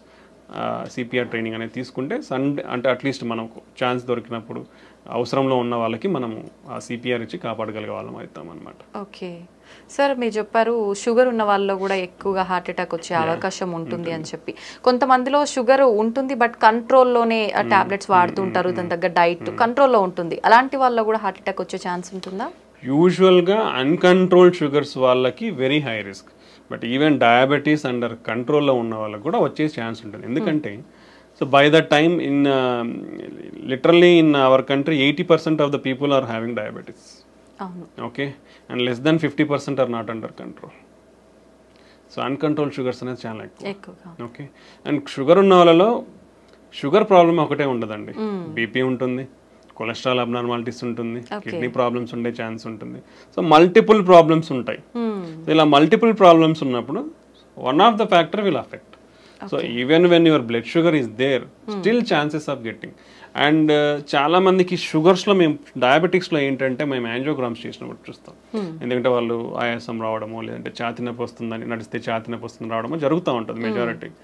So వాళ్ళలో యూజువల్గా there are different specific type of blocks ఉంటాయి. అంటే పైనుంచి కింది వరకు బ్లడ్ వెజల్స్ అన్ని సన్నగా అయిపోతాయి. By the time you start treatment, మీరు ట్రీట్మెంట్ స్టార్ట్ చేసే టైంకి కానీ లేదా కంట్రోల్ అయ్యే టైంకి జరగాల్సిన డ్యామేజ్ జరిగిపోయి ఉంటుంది. ఇప్పుడు మీరు కంట్రోల్ అవ్వకముందు షుగర్ కంట్రోల్ అయ్యే లోపలనే మీకు 60% 70% బ్లాక్స్ ఉన్నాయనుకోండి, చిన్న ఈవెంట్ చాలు ఫ్యూచర్లో. అంటే షుగర్ కంట్రోల్లో ఉన్న, బీపీ పెరిగినా లేదంటే స్ట్రెస్లో ఉన్నా లేదంటే ఒక ఇన్ఫెక్షన్ వచ్చినా, హార్ట్ రేట్ పెరిగిపోయినా, ఇట్లా ఏదో ఒక ఫ్యాక్టర్ వచ్చినా హార్ట్ అటాక్ కానీ వచ్చే అవకాశం ఉంటుంది అనమాట. సో షుగర్ కంట్రోల్ తో పాటు healthy life style and other risk factors ఏమన్నా ఉంటే అవి కంట్రోల్లో పెట్టుకుంటే తక్కువ ఛాన్స్ ఉంటుంది. అంటే అందరికీ అలానే ఉంటుందని చెప్పలేం. షుగర్ ఉన్న వాళ్ళల్లో నార్మల్ వెజల్స్ కూడా ఉండే ఛాన్స్ ఉంటుంది. అంటే స్ట్రిక్ట్ కంట్రోల్, అంటే ఇనిషియల్గానే ఫస్ట్ నుంచి స్ట్రిక్ట్ కంట్రోల్ ఉండాలి. అంటే కొన్ని ఇయర్స్ అంతా కంట్రోల్లో లేకుండా ఫైనల్గా కంట్రోల్ అయింది కదా అనుకుంటే ముందంతా డ్యామేజ్ జరిగిపోయి ఉంటుంది. వెన్నెవర్ మీకు షుగర్ ఉందని తెలిసినప్పటి నుంచి మీరు స్ట్రిక్ట్ కంట్రోల్లో పెట్టుకోవాలి. ఇప్పుడు కంట్రోల్ అయింది, చాలా మంది ఒక క్వశ్చన్ కూడా అడుగుతుంటారు, సార్ షుగర్ టాబ్లెట్స్ వాడుతున్నాం కంట్రోల్ అయింది కదా, టాబ్లెట్స్ తగ్గిస్తారా అని. మీరు టాబ్లెట్స్ తీసుకుంటున్నారు కాబట్టి కంట్రోల్లో ఉంది. ఓకే, ఇప్పుడు టాబ్లెట్స్ తీసేస్తే ఏమవుతుంది? మళ్ళీ పెరిగే అవకాశం ఉంటుంది. సో మీకు టాబ్లెట్లు తీసేయాలి అది తగ్గించాలన్నప్పుడు ఏంటంటే strict diet patterns, strict regular exercise ఇవన్నీ ఫాలో అయినప్పుడు డెఫినెట్లీ మీకు ఆ నీడ్ లేదు, ఇన్ని మెడికేషన్స్ వాడాల్సిన నీడ్ లేదంటే definitely we can reduce the drugs. But ఈ స్ట్రిక్ట్ లైఫ్ స్టైల్ లేకుండా మనము షుగర్ టాబ్లెట్స్ తగ్గించాలంటే మళ్ళీ షుగర్ లెవెల్స్ అనేది స్పైక్ అవుతుంది, అది మళ్ళీ మోర్ డ్యామేజ్ అనేది కాస్ట్ చేస్తుంది. ఓకే, సో మోస్ట్లీ డయాబెటీస్ అనేవాళ్ళు compare to non diabetes sugar లేని వాళ్ళతో పోలిస్తే కంట్రోల్ ఉన్న అన్కంట్రోల్డ్ ఉన్నా కానీ హై రిస్క్లోనే ఉంటారు ఎప్పటికి కూడా. ఓకే ఓకే, అది బీపీ థైరాయిడ్ ఉన్న వాళ్ళలో కూడా ఇలాంటి అవకాశాలు ఎక్కువగా బీపీ ఉంటాయా సార్? ఉంటాయండి. BP 1 in 3 persons BP or under diagnosed. ఇప్పుడు మనం 5 మంది ఉన్నాం, ఇక్కడ ఎవరికొకరికి ఉండొచ్చు బీపీ, అంటే ముగ్గురులో ఒకరికి బీపీ తెలియదు, ఉందని తెలియదు. బై ద టైం తెలిసే లోపల బ్రెయిన్ స్ట్రోక్స్ రావచ్చు, హార్ట్ స్ట్రోక్స్ రావచ్చు, కిడ్నీ ఫెయిల్యూర్ అవ్వచ్చు. సో ఇవి అన్ని ఆర్గాన్స్ని ఎఫెక్ట్ చేస్తాయి. బీపీ షుగర్ అనేటివి ఒక గుండెనే కాదు, మిగతా ఆర్గాన్స్ కూడా ఎఫెక్ట్ అవుతాయి. చాలా మంది కిడ్నీ పేషెంట్స్ సడన్ గా హై బీపీ అంటే ఎవరు చెక్ చేయించుకోరు కదా రెగ్యులర్ కదా. సో రెగ్యులర్ చెకప్ అనేది చాలా ఇంపార్టెంట్ అండి. ఒకసారి ఇప్పుడు గవర్నమెంట్ హాస్పిటల్స్ ఉన్నాయి, లేదంటే క్లినిక్స్ ఉన్నాయి, చాలానే ఇప్పుడు అవైలబిలిటీ వచ్చేసింది. లేదంటే ఇంట్లో బీపీ మానిటర్ పెట్టుకొని ఆటోమేటిక్ ఇంకోరు వచ్చి చూడాల్సిన అవసరం లేదు. ఇప్పుడు ఇంట్లో కనెక్ట్ చేసుకొని చూసుకున్నా మనకు బీపీ ఉందా లేదా తెలిసిపోతుంది. సో అప్పుడప్పుడు అనేది ఈ బీపీ మెజర్మెంట్, షుగర్ టెస్టింగ్ అనేది కంపల్సరీ చేయించుకుంటూ ఉండాలంటే ఇవన్నీ ఎక్కువైపోతున్నాయి because of our lifestyle. So ఇవి చెక్ చేసుకోవడం వల్ల మనం జాగ్రత్త పడి మన ఆరోగ్యాన్ని కాపాడుకున్న వాళ్ళం అవుతాం అన్నమాట. సో బీపీ ఉన్న వాళ్ళు కూడా మోస్ట్లీ హార్ట్ అటాక్స్ కానీ బ్రెయిన్ స్ట్రోక్స్, కిడ్నీ ఫెయిల్యూర్స్ అనేది చాలా ఎక్కువ రేట్స్ అనేది ఉంటుంది. ఒకరిలో ముగ్గురు బీపీ ఉందనేది అండర్ డయాగ్నోస్డ్ ఉంది. ఆల్మోస్ట్ ఏవైతే హార్ట్ అటాక్స్ వస్తున్నాయో, బ్రెయిన్ స్ట్రోక్స్ వస్తున్నాయో వీళ్ళల్లో 55% మందికి బీపీ ఉంటుంది. Okay, and BP almost 12% deaths cause చేస్తుంది. Okay, that much significant. BP వల్ల ఈవెన్ మన మెయిన్ బ్లడ్ వెజల్ అయోటా ఉంటుంది, అది కూడా లైక్ రప్చర్ అయ్యే, డిసెక్షన్స్ అయ్యే అన్కంట్రోల్డ్ ఉంటే మన బ్రెయిన్లో హెమరేజ్ అయ్యే ఛాన్స్ ఉండొచ్చు. ఇలా lot of complications. So BP అనేది మనం ఇంట్లోనే చెక్ చేసుకోవచ్చు because of availability of technology now days. ఇప్పుడు అంతా స్మార్ట్ వాచ్లలో కూడా బీపీ వస్తున్నాయి తొందరలో, ఇంతవరకు రాలేదు. But future generation all watches are coming with everything, heart rate monitor, blood pressure, oxygen saturation. You can use the technology and stay healthy. Availability ఉన్నప్పుడు we have to use the technology and stay healthy. So BP కూడా ఇలాంటివి definitely lot of problems అనేది cost చేస్తుంది. చాలా మందిలో high బీపీసే కాకుండా లో BPs కూడా ఉంటుంటాయి కదా సార్, వాళ్ళలో కూడా అవకాశం ఉంటుందా? అంటే లో బీపీ ఇస్ డిఫరెంట్ ఎంటిటీ అండి. ఓకే, హై బీపీ అంటే యూజువల్గా నార్మల్ ఈజ్ 120/80 అంటాం, అంటే పైన సిస్టోలిక్ కింద డయాస్టోలిక్. మోర్ దెన్ 130/85 ఈజ్ అబ్ normal. More than 140/90 is called stage 2. Okay, stage 3 అంటే మోర్ దెన్ 180/120. సో ఇవి మన staging of BP levels. Okay, so border line అంటే నార్మల్ లో లెవెల్ ఆఫ్ నార్మల్ బీపీ అంటే 90/60. సో పైన 90 ఉండడం, కింద ఇప్పుడు is less than that, less than 90/60 ఉంటేనే మనం లో బీపీ అంటాం. బట్ ఈ బార్డర్ లైన్ బీపీ అనేది కొందరిలో ఉండొచ్చు. యూజువల్లీ ఫీమేల్స్ సన్నగా ఉన్న వాళ్ళలో, వెయిట్ తక్కువ ఉన్న వాళ్ళలో ఇలా బీపీ అనేది లోవర్ లెవెల్స్ ఉండొచ్చు. ప్రెగ్నెంట్స్లో కూడా కొంచెం బీపీ అనేది లో లెవెల్లో ఉండొచ్చు. సో కొందరిలో ఇది నార్మల్ వేరియంట్, అంటే it's not low BP is not borderline BPs are normal variant. Low BP అనేది డిఫరెంట్ కాజెస్, లైక్ ఇప్పుడు ఏదైనా హార్ట్ అటాక్, హార్ట్ వీక్ ఉండడం కానీ, హార్ట్ ఫెయిల్యూర్ ఉండి హార్ట్ వీక్ ఉండడం కానీ, లేదా ఇప్పుడు వామిటింగ్స్, డయేరియల్ అయిపోయినప్పుడు, ఫ్లూయిడ్ లాస్, బ్లడ్ మన బాడీ నుంచి ఫ్లూయిడ్ లాస్, డిహైడ్రేషన్ ఉన్నప్పుడు బీపీ అనేది తగ్గుతుంది. ఓకే, దెన్ ఇన్ఫెక్షన్స్ ఉన్నప్పుడు తగ్గే అవకాశం ఉంటుంది. సో ఇలా చాలా కారణాలు ఉంటాయి లో బీపీ అనేది. సో అది మనం చూసుకోవాలి దేనివల్ల. ఒకవేళ నిజంగానే లో బీపీ ఉందంటే ఏమైనా ప్రాబ్లం ఉందనేది చెక్ చేసుకోవాల్సి ఉంటుంది. బట్ యూజువల్గా అయితే లో బీపీ అనేది ఉండదు. Okay, until unless some problem is there, low BP అనేది ఉండదు. ఓకే సార్, హార్ట్ పెయిన్ వచ్చింది అనగానే వెంటనే ఏదైనా ట్యాబ్లెట్ వేసుకుంటే కనుక ఇది మనం కొంతలో కొంత తగ్గించుకోవచ్చు హాస్పిటల్కి వెళ్ళే లోపే అనే ఏదైనా ట్యాబ్లెట్ ఉందా సార్? అంటే అది అందరూ తీసుకోలేమండి బేసికల్లీ. ఇప్పుడు ఎవరికి వస్తుంది ఎవరు తెలియదు కదా. ఇప్పుడు మనం రోజు ఎన్ని టాబ్లెట్స్ పెట్టుకొని తిరుగుతామండి, ఎవరు తిరగలేం కదా. సో అదే దానికంటే ఏంటంటే ఇలా ఒక టాబ్లెట్ అనేది కాకుండా, అంటే ఇప్పుడు టాబ్లెట్స్ అనేది ప్రిస్క్రిప్షన్ ఉంటే కూడా ఎవరు ఇవ్వరండి. ఓకే, సో ఆల్రెడీ ఇప్పుడు పేషెంట్స్ లైక్ షుగర్ కానీ, బీపీ ఉంది, బీపీ వాళ్ళు, కొలెస్ట్రాల్ ఉన్న వాళ్ళు, ఆల్రెడీ హార్ట్ అటాక్ వచ్చిన వాళ్ళు, బ్రెయిన్ స్ట్రోక్ వచ్చిన వాళ్ళు, లేదా స్టంట్లు కానీ బైపాస్ చేయించుకున్న వాళ్ళల్లో రికరెంట్గా వచ్చే ఛాన్స్ ఉంటుంది. అలాంటి వాళ్ళకి ఆల్రెడీ బ్లడ్ థిన్నర్స్ ఉంటాయి. వాళ్ళల్లో మనం ఒకవేళ అలాంటి సిమ్టమ్స్ ఉన్నప్పుడు ఆ బ్లడ్ థిన్నర్స్ని మనం ఇచ్చిన డోస్ లైక్ ఆ టాబ్లెట్స్ని ఒక 2 టాబ్లెట్స్ కానీ అలా తీసుకుంటే వాళ్ళకి ఇన్స్ట్రక్షన్స్ ఉంటాయని మన ఇన్స్ట్రక్షన్స్ ప్రకారం తీసుకుని ఉంటే ఆ సైన్స్ ఉన్నప్పుడు వాళ్ళు తీసుకున్నప్పుడు ప్రివెంట్ చేసి అంటే రికరెంట్ అటాక్స్ ప్రివెంట్ చేసేదానికి ఉపయోగపడుతుంది. అంటే ఆల్రెడీ అఫెక్ట్ అయిన వాళ్ళకి, ఎందుకంటే వాళ్ళ దగ్గర ఆల్రెడీ రెడీలీ అవైలబుల్ ఉంటాయి. అలా మిగతా వాళ్ళ దగ్గర రెడీలీ అవైలబుల్ ఉండవు కదా. అవైలబుల్ ఉన్న వాళ్ళు ఏంటంటే ఫస్ట్ నిర్ధారణ చేసుకోవాలి. పెయిన్ ఎందుకు వస్తుందో తెలియనప్పుడు నువ్వు టాబ్లెట్స్ మింగేస్తాను సార్ అంటే ఎట్లా కష్టం కదా. సో దానికి ఇమీడియట్ గా ఎనీ చెస్ట్ పెయిన్ నెగ్లిజెన్స్ లేకుండా ఒక చిన్న ఈసీజీ దించుకోండి. ఈసీజీలో ఉంటే మీకు డాక్టర్ ఇస్తారు టాబ్లెట్స్, లేదంటే అవసరం లేదు. ఓకే, సో అలా ప్రతి ఒక్కరు టాబ్లెట్స్ అనేది మింగడానికి కరెక్ట్ కాదు. యూజువల్గా ఏంటంటే మనకి ఇలా రిస్క్ ఫ్యాక్టర్స్ ఉన్న వాళ్ళల్లో we'll having scoring systems. Okay, వాళ్ళ రిస్క్ని ఎవాల్యుయేట్ చేసే స్కోరింగ్ సిస్టమ్స్ ఉంటాయి మనకి. So like intermediate to high risk అంటాం. అలా ఉన్న వాళ్ళకి వీ కెన్ డాక్టర్స్ వీళ్ళు ప్రిస్క్రైబ్ అంటే హార్ట్ అటాక్ రాకుండా బ్లడ్ థిన్నర్స్ అనేది ఇస్తామన్నమాట. సో అలాంటి వాళ్ళ దగ్గర ఉన్నప్పుడు వాళ్ళు తీసుకోవచ్చు, నాట్ ఎవ్రీబడి. సార్, ప్రత్యేకంగా లేడీస్ విషయానికి వస్తే హార్ట్ అటాక్ రావడానికి ఇవి రీజన్స్ అని చెప్పొచ్చే రీజన్స్ ఏమైనా ఉన్నాయా? అంటే usually ladies are underrepresented అండి. లాట్ ఆఫ్ క్లినికల్ ట్రయల్స్లో చూసుకుంటే ఎక్కువ మంది జెంట్స్లోనే ఎవాల్యుయేట్ చేసినారు, ఫీమేల్స్ని evaluate. So there is lot of discrepancy in the data also. అంటే వీళ్ళని ఎక్కువ రిప్రజెంట్ చేసినారు కాబట్టి వీళ్ళని ఎక్కువ, వీళ్ళని రిప్రజెంట్ చేయలేదు కాబట్టి తక్కువ అన్నట్లు ఉంటుంది. బట్ ఫీమేల్స్కి మేల్స్ ఆల్ ఈక్వల్లీ ఇద్దరు కూడా హార్ట్ అటాక్ రావడానికి సమానమైన ఛాన్సెసే ఉంటాయి. సో వీళ్ళ అంటే బీపీ, షుగర్, కొలెస్ట్రాల్ ఇవన్నీ కూడా యాజ్ జెంట్స్ ఫీమేల్స్ సేమ్ రిస్కే ఉంటుంది. బట్ ఫీమేల్స్లో తీసుకుంటే like they are more prone to some special category. అంటే మన వెజల్స్ అనేది మెయిన్ వెజల్స్ అంటే మైక్రో వెజల్ అంటాం, కింద దాని చివర్లో వచ్చేది మైక్రో వెజల్. ఈ మైక్రో వాస్కులేచర్ అబ్స్ట్రక్షన్స్ కొంచెం ఫీమేల్స్లో ఎక్కువ ఉంటుంది. That is the first point. రెండోది females are more sensitive, like called vasospasm అంటే వెజల్ ఉండేది సడన్ గా ముడుచుకుపోతుంది. ఇలా స్పాజమ్ కి females are more prone. Emotionally also called emotional heart syndrome కూడా ఉంటుంది మనకి, సాకోసోబో సిండ్రోమ్ అంటాం. అంటే సడన్ ఎమోషనల్లీ అయినారనుకోండి సడన్ గా హార్ట్ అటాక్ లాగా ప్రజెంట్ అయ్యే ఛాన్స్ ఉంటుంది. అది మోర్ ఇన్ ఫీమేల్స్.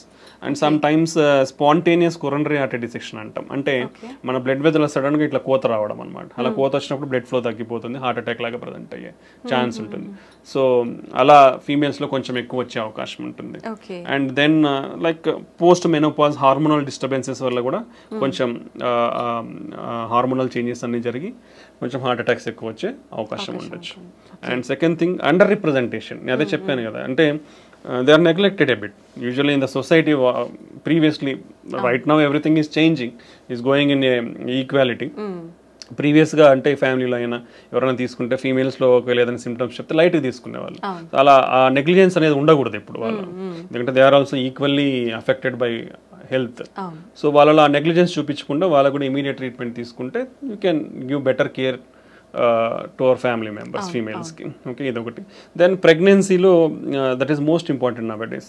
ప్రెగ్నెన్సీ ఉన్నప్పుడు you should take care of your health very properly. మీకు బీపీ కానీ షుగర్ కానీ ఇలా కాంప్లికేషన్స్ ఏమున్నా కానీ these are all carrying forward. So if anybody develops BP or thyroid disorders or sugar in pregnancy, they are more prone to risk for getting heart problems in future. So you should manage your pregnancy well. So ఇవన్నీ చాలా important అనమాట ఫీమేల్స్లో. So ఇవన్నీ care తీసుకుంటే, and మనం already discuss చేసుకున్నాం ఫీమేల్స్లో symptoms అనేది ఈజీగా recognise చేయడం కూడా కొంచెం వాళ్ళల్లో తక్కువ తెలుస్తాయి, నొప్పిని రికగ్నైజ్ చేయడం కానీ ఆయాసం కానీ. సో ఇవన్నీ ఆ నెగ్లిజెన్స్ అనేది లేకుండా మైల్డ్ ప్రాబ్లం ఉన్నప్పుడు కూడా మనకు ఫీమేల్స్ పెద్దవాళ్ళు ఎవరైతే ఉన్నారో ఇంట్లో వాళ్ళకి ఇమీడియట్ కేర్, మనం కన్సర్న్ అండ్ కేర్ చూపించి వాళ్ళని సరైన చూపిస్తే మనం అర్లీగా డిటెక్ట్ చేసి we can save themselves. So ఇవి మనకు మేల్స్కి ఫీమేల్స్కి మధ్య ఉన్న తేడాలు. Okay sir, once heart attack వచ్చిన వాళ్ళకి ఆఫ్టర్ ట్రీట్మెంట్ హెల్దీగా ఉన్నా మళ్ళీ వచ్చే అవకాశం ఎక్కువగా ఉంటుందంటారా? ఉండొచ్చండి. Once any problem like heart attack or brain stroke ఒకసారి వచ్చిన తర్వాత రికరెంట్ ఛాన్సెస్ డెఫినెట్లీ హై ఉంటాయి. ఓకే, సో హెల్తీగా అనేది చాలా కాంపోనెంట్స్ ఉంటాయి. మనం ఆల్రెడీ డిస్కస్ చేసుకునేది మన హెల్తీ ఫుడ్ ఉంటుంది, డైలీ ఎక్సర్సైజ్ ఉంటుంది, మనకు బీపీ షుగర్ ఎంత కంట్రోల్లో ఉన్నాయని ఉంటుంది, మనకి ఇచ్చిన మెడికేషన్స్ ఎంత కరెక్ట్గా వేసుకుంటున్నాం అనేది ఉంటుంది. So all these factors affect. ఈ ఫ్యాక్టర్స్ నుంచి ఒకటి డివియేట్ అయినా మనకు ఎక్కువ వచ్చే ఛాన్స్ ఉంటుంది. ఈవెన్ అన్కంట్రోలబుల్ న్యాచురల్ ప్రాసెస్ అండి. మనకు ఫ్యాట్ అక్యుములేషన్ అనేది న్యాచురల్ ప్రాసెస్. మనం మెడిసిన్స్ తీసుకున్నా కానీ కొందరిలో బికాస్ ఆఫ్ జెనెటిక్స్ ప్రోగ్రెస్ అయ్యే ఛాన్స్ ఉండొచ్చు. సో ఈ డిఫరెంట్ కాంపనెంట్స్ వల్ల అఫెక్ట్ అయ్యే ఛాన్స్ ఉంటుంది. సో ఒకసారి హార్ట్ అటాక్ కానీ బ్రెయిన్ స్ట్రోక్ వచ్చిన వాళ్ళు డెఫినెట్లీ హై రిస్క్, మళ్ళీ వచ్చే ఛాన్సెస్ ఎక్కువే ఉంటుంది. కాబట్టి ఇంకొంచెం స్పెషల్ జాగ్రత్తలు తీసుకోవాలి. అంటే మెడికేషన్స్కి చాలా స్ట్రిక్ట్గా ఫాలో అవ్వాలి. రెగ్యులర్గా అట్లీస్ట్ కంట్రోల్ లెవెల్స్ చెక్ చేసుకోవాలి. బీపీ కానీ కొలెస్ట్రాల్ కానీ షుగర్ కానీ ఇవన్నీ at least 3rd monthly at least check చేసుకోవాలి. బీపీ షుగర్ ఉన్న వాళ్ళు బెటర్ ఇంట్లో బీపీ మానిటర్ షుగర్ మానిటర్ పెట్టుకొని daily you can check your BP or every 1 week you can check your sugars కంట్రోల్లో ఉంటే. సో ఇలాంటి జాగ్రత్తలు అన్నీ తీసుకుంటే మనం ఇవన్నీ అంటే medications, blood thinners, cholesterol lowering drugs, BP control drug, sugar control ఇవన్నీ టైమ్లీ తీసుకొని కరెక్ట్గా మెయింటైన్ చేసుకోగలిగితే రికరెంట్ అటాక్స్ అనేది మనం తగ్గించుకోవచ్చు కూడా. ఓకే సార్, హార్ట్ అటాక్ వచ్చిన వాళ్ళకి వేరే హెల్త్ ఇష్యూస్ ఎక్కువగా కూడా వస్తుంటాయి అని చెప్పి అంటుంటారు. నిజంగా అలా వచ్చే అవకాశం ఉంటుందా? అంటే ఇట్ డిపెండ్స్. అంటే it depends on lot of risk factors. ఇప్పుడు హార్ట్ అటాక్ ఎందుకు వచ్చింది, బీపీనో షుగరో ఇంకోటి ఏదో ఉంటుంది, ఉండదు. ఉన్నప్పుడు ఏమవుతుంది, వాళ్ళు ఒకసారి అఫెక్ట్ అయిన తర్వాత ఫర్దర్ ఆర్గన్స్ కూడా డ్యామేజ్ అయ్యే ఛాన్స్ ఉంటుంది. వీ డోంట్ అంటే మనం హార్ట్ అటాక్ సిమ్టమ్స్తో ప్రజెంట్ అనేది కాబట్టి we can treat that. But already అప్పటికే ఇప్పుడు కిడ్నీ డ్యామేజ్ అయ్యి ఉండొచ్చు. సో వాళ్ళు కిడ్నీ ప్రాబ్లమ్స్లో ల్యాండ్ అయ్యే ఛాన్స్ ఉంటుంది. ఓకే, షుగర్ కానీ బీపీ ఉన్న వాళ్ళు వీళ్ళందరూ. లేదా ఒకసారి this is called vascular disease అనుకున్నాం. అంటే cholesterol accumulation in the blood vessels. ఇక్కడ అఫెక్ట్ అయినాయంటే బ్లడ్ వెజల్స్ ఎక్కడ వేరే చోట కూడా అఫెక్ట్ అయ్యింది. సో ఒకసారి హార్ట్ అటాక్ వచ్చిన వాళ్ళు ఫ్యూచర్లో బ్రెయిన్ స్ట్రోక్ కూడా వచ్చే అవకాశం ఎక్కువ ఉంటుంది, లేదా కాళ్ళల్లో బ్లాక్స్ వచ్చే అవకాశం ఉంటుంది. సో ఇలా అదర్ ప్రాబ్లమ్స్ కూడా వచ్చే అవకాశం ఎక్కువే ఉంటుంది అనమాట. దెన్ వాళ్ళ age and immunity levels, old age అనుకోండి, ఒకసారి హార్ట్ అటాక్ వచ్చినాక ఏజ్ ఇమ్యూనిటీ లెవెల్స్ని బట్టి ఇన్ఫెక్షన్స్ రావడం కానీ ఇలాంటివి కూడా ఉండే అవకాశం ఉండొచ్చు. ఓకే, ఒకసారి హార్ట్కి సంబంధించిన సర్జరీ జరిగిన తర్వాత మళ్ళీ వాళ్ళు నార్మల్ లైఫ్ లీడ్ చేయొచ్చు అంటారా? డెఫినెట్లీ అండి. ఇప్పుడున్న latest technology and advancements and treatments, so definitely normal life lead చేయొచ్చు. ఒకసారి హార్ట్ అటాక్ వచ్చింది, స్టంట్ పడిందంటే అయ్యో ఏదో అయిపోయింది ఇంకేం చేయలేమనేది ఎక్కడా లేదు. టెంపరీగా వాళ్ళు రికవర్ అయ్యేంత వరకు విల్ గివ్ సజెషన్స్. అంటే ఇప్పుడు ఒకసారి హార్ట్ అటాక్ వచ్చింది, స్టంట్స్ వేయించుకున్న తర్వాత ఒకేసారి పోయి నేను ఈ లిఫ్ట్ చేసే వర్క్స్ చేస్తాను, హెవీ వెయిట్స్ లిఫ్ట్ చేస్తాను అంటే that is not good. Slow, that is called progressive rehabilitation. అంటే నిదానంగా ఇప్పుడు నేను వెళ్ళాను, బాగుంది, so I will just walk in the home for 1 week. ఇంట్లో కూడా అక్కడక్కడ తిరిగేది, ఇల్లు మొత్తం తిరుగుతాను. Second week I will go out for walking, 1 kilometer 2 kilometers walking వెళ్ళేస్తాను. నేను బాగున్నాను. నెక్స్ట్ 3rd week నుంచి you can go for 3-4 kilometers. After 1 month you can do routine activities if everything. So this call graded rehabilitation. అంటే మన body కూడా మళ్ళీ acclimatise అవుతుంది ఆ వర్క్ అనేది. సో దెన్ దాంతోపాటు you have to control medication compliance. That is most important. Medications అనేది రెగ్యులర్గా వాడాలి. ఇనిషియల్ స్టేజెస్లో కొన్ని ఎక్కువ మెడికేషన్స్ ఉంటాయండి, హార్ట్ అటాక్ వచ్చిన తర్వాత లేదా స్టంట్ వేయించుకున్న తర్వాత కానీ బైపాస్ కానీ. బట్ స్లోగా పేషెంట్స్ కండిషన్ బట్టి, హార్ట్ ఫంక్షన్ ఇంప్రూవ్మెంట్ని బట్టి కూడా అవన్నీ అడ్జస్ట్ చేస్తూ వస్తాము. సో ఆఫ్టర్ 1 year కంపల్సరీ 1 blood thinner, cholesterol lowering drugs, మీ రిమైనింగ్ ఇష్యూస్ ఏమంటే అదొకటి కంటిన్యూ చేసుకుంటే they will stay happy. They can lead happily in normal life. ఇప్పుడున్న అడ్వాన్స్మెంట్ టెక్నాలజీతో ఎవ్రీథింగ్, ఓపెన్ హార్ట్ సర్జరీ లేకుండా కూడా ఫర్ ఎవ్రీథింగ్, బైపాస్ కూడా అవసరం లేకుండా చాలా కేసుల్లో కూడా స్టంట్స్ వేసుకోవచ్చు. It depends on the patient condition బట్టి బైపాస్, స్టంటింగ్ అనేది కార్డియాలజిస్ట్ వాళ్ళకి బెటర్ ఆప్షన్ ఏది ఉంటే దాన్ని బట్టి మనం అడ్వైస్ చేస్తాము. But mostly we can reduce the need. Open heart surgery need అయితే ఈవెన్ కొరనరీ బ్లాక్స్కే కాదు, ఈవెన్ వాల్వ్ ఇంటర్వెన్షన్స్ అంటాం. అంటే మన గుండెలో 4 గదులు ఉంటాయి, గదుల మధ్యలో వాల్స్ ఉంటాయి, డోర్స్ లెక్క. అవి కూడా ఇంతకుముందు only option is open heart surgery. Open heart surgery చేసి వాల్ మార్చాల్సి వస్తుంది. But now days call Tavy. Main aortic valve అనేది డిసీజ్ అవుతుంది ఏజ్ వచ్చిన వాళ్ళలో. సో వాళ్ళల్లో ఇప్పుడు ఓపెన్ హార్ట్ సర్జరీ లేకుండా మోర్ దెన్ 60-65 years ఉంటే మనం తొడలో నుంచి ట్యూబ్స్ పంపించి వాల్వ్, ఇంకో వాల్వ్, కొత్త వాల్వ్ పెట్టేసేయచ్చు. So lot of advancements in technologies. ఇప్పుడు అదే వాళ్ళు even rest of the valves కూడా ఇప్పుడు ఓపెన్ హార్ట్ సర్జరీ లేకుండా వాల్ ఇంప్లాంటేషన్స్ జరుగుతున్నాయి. ఈ టెక్నాలజికల్ అడ్వాన్స్మెంట్స్ వల్ల ఏంటంటే మనకి ఇప్పుడు ఓపెన్ హార్ట్ సర్జరీ అంటే లాట్ ఆఫ్ థింగ్స్. పేషెంట్ ఒక 1 week ఉండాల్సి ఉంటుంది, హార్ట్ ఓపెన్ చేసి వూండ్ హీల్ కానీ 3 months పడుతుంది. So that is called lot of mental agony also for the patient. ఏదో చాలా పెద్ద జరిగిపోయింది, నేను రికవర్ అవ్వలేనేమో అనేది మెంటల్ అగనీ కూడా ఉంటుంది ఓపెన్ హార్ట్ చేసిన తర్వాత. ఇప్పుడు ఇవన్నీ రీసెంట్ అడ్వాన్స్మెంట్స్ వచ్చిన తర్వాత అంత నీడ్ ఉండట్లేదు. So you can do everything like through small tube in your hand or leg. చిన్న ట్యూబ్ ద్వారానే అన్నీ అయిపోతున్నాయి ఇప్పుడు. సో ఈ టెక్నాలజికల్ అడ్వాన్స్మెంట్స్ వల్ల you can get a better treatment and you can mobilise easily. Hospital stay 2-3 days కంటే ఉండదు. After that ఒక 1 week to 1 month లోపల నార్మల్ రొటీన్ లైఫ్కి వచ్చేస్తారు. After that you can do all routine life, driving చేసుకోవచ్చు, అన్ని చేసుకోవచ్చు. రిస్క్ ఫ్యాక్టర్స్ ఏమైనా ఉంటాయా సార్ ఈ టైప్లో చేస్తున్నప్పుడు? చాలా లెస్ అండి, less than 1 to 2%, less than 1 to 2%. If you take stenting, coronary stenting or interventional procedures తీసుకుంటే అరౌండ్ 2 to 5% రిస్క్. ఓపెన్ హార్ట్కి తీసుకుంటే అరౌండ్ 5 to 10% రిస్క్ ఉంటుంది. So compare to open heart ఈ అడ్వాన్స్డ్ టెక్నిక్స్ అన్ని కూడా లెస్ రిస్కే ఉన్నాయి. అంటే యూజువల్గా ఇవన్నీ మోర్ హై సర్జికల్ రిస్క్ ఉన్న వాళ్ళకి ఆఫర్ చేస్తాం ట్రీట్మెంట్స్. సో కాబట్టి హై సర్జికల్ రిస్క్ అన్నాక ఇంకా only better option is having going through that. ఒకసారి సర్జరీకే హై రిస్క్ ఉన్నప్పుడు ఈ ప్రొసీజర్ చేసినప్పుడు కూడా మినిమల్ రిస్క్ అనేది ఉంటుంది, కానీ మేజర్ రిస్క్ అనేది. So we'll take all precautions to reduce the risk and give the best treatments to the patient. General గా ఓపెన్ హార్ట్ సర్జరీ ఎటువంటి సందర్భాల్లో పేషెంట్ ఎటువంటి కండిషన్ లో ఉన్నప్పుడు అవసరం పడుతుంది సార్? యూజువల్గా మల్టిపుల్ బ్లాక్స్లో, అంటే లైక్ ఈవెన్ మల్టిపుల్ బ్లాక్స్ కూడా స్టంటింగ్ ఆప్షన్ ఉంది, but there is different disease profile. ఇప్పుడు పైన నుంచి మొత్తం కింద వరకు డిసీజ్ ఉండి ఓన్లీ కింద మాత్రమే నార్మల్ ఉండి అట్లాంటిది 2-3 వెజల్స్లో ఉన్నాయి, లేదా ఒక బ్లాక్ మూసుకుపోయి కొన్ని సంవత్సరాలు అయిపోయింది, అట్లాంటివి 2 ఉన్నాయి. సిటీఓస్ అంటాం, క్రానిక్ టోటల్ అక్లూషన్స్, అలాంటి 2 ఉన్నాయి. సో అలాంటప్పుడు యూజువల్గా, లేదా షుగర్ ఉండి మల్టిపుల్ బ్లాక్స్ ఉన్నాయి, సో అలాంటి వాళ్ళకి బైపాస్ చేస్తాం. Nowadays you can safely keep around 5 to 6 stents. యూజువల్గా చాలా మందికి ఒక అపోహ ఏంటంటే 2 కంటే ఎక్కువ పెట్టుకోవద్దని ఉంటుంది, బట్ ఇట్స్ రాంగ్. ఎక్కడ కూడా అలాంటి లిమిటేషన్స్ లేవు.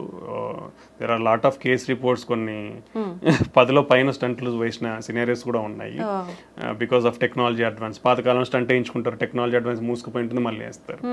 సో స్టంటింగ్ అనేది up to 5 to 6 number of stents హ్యాపీగా సేఫ్గా చేయించుకోవచ్చు.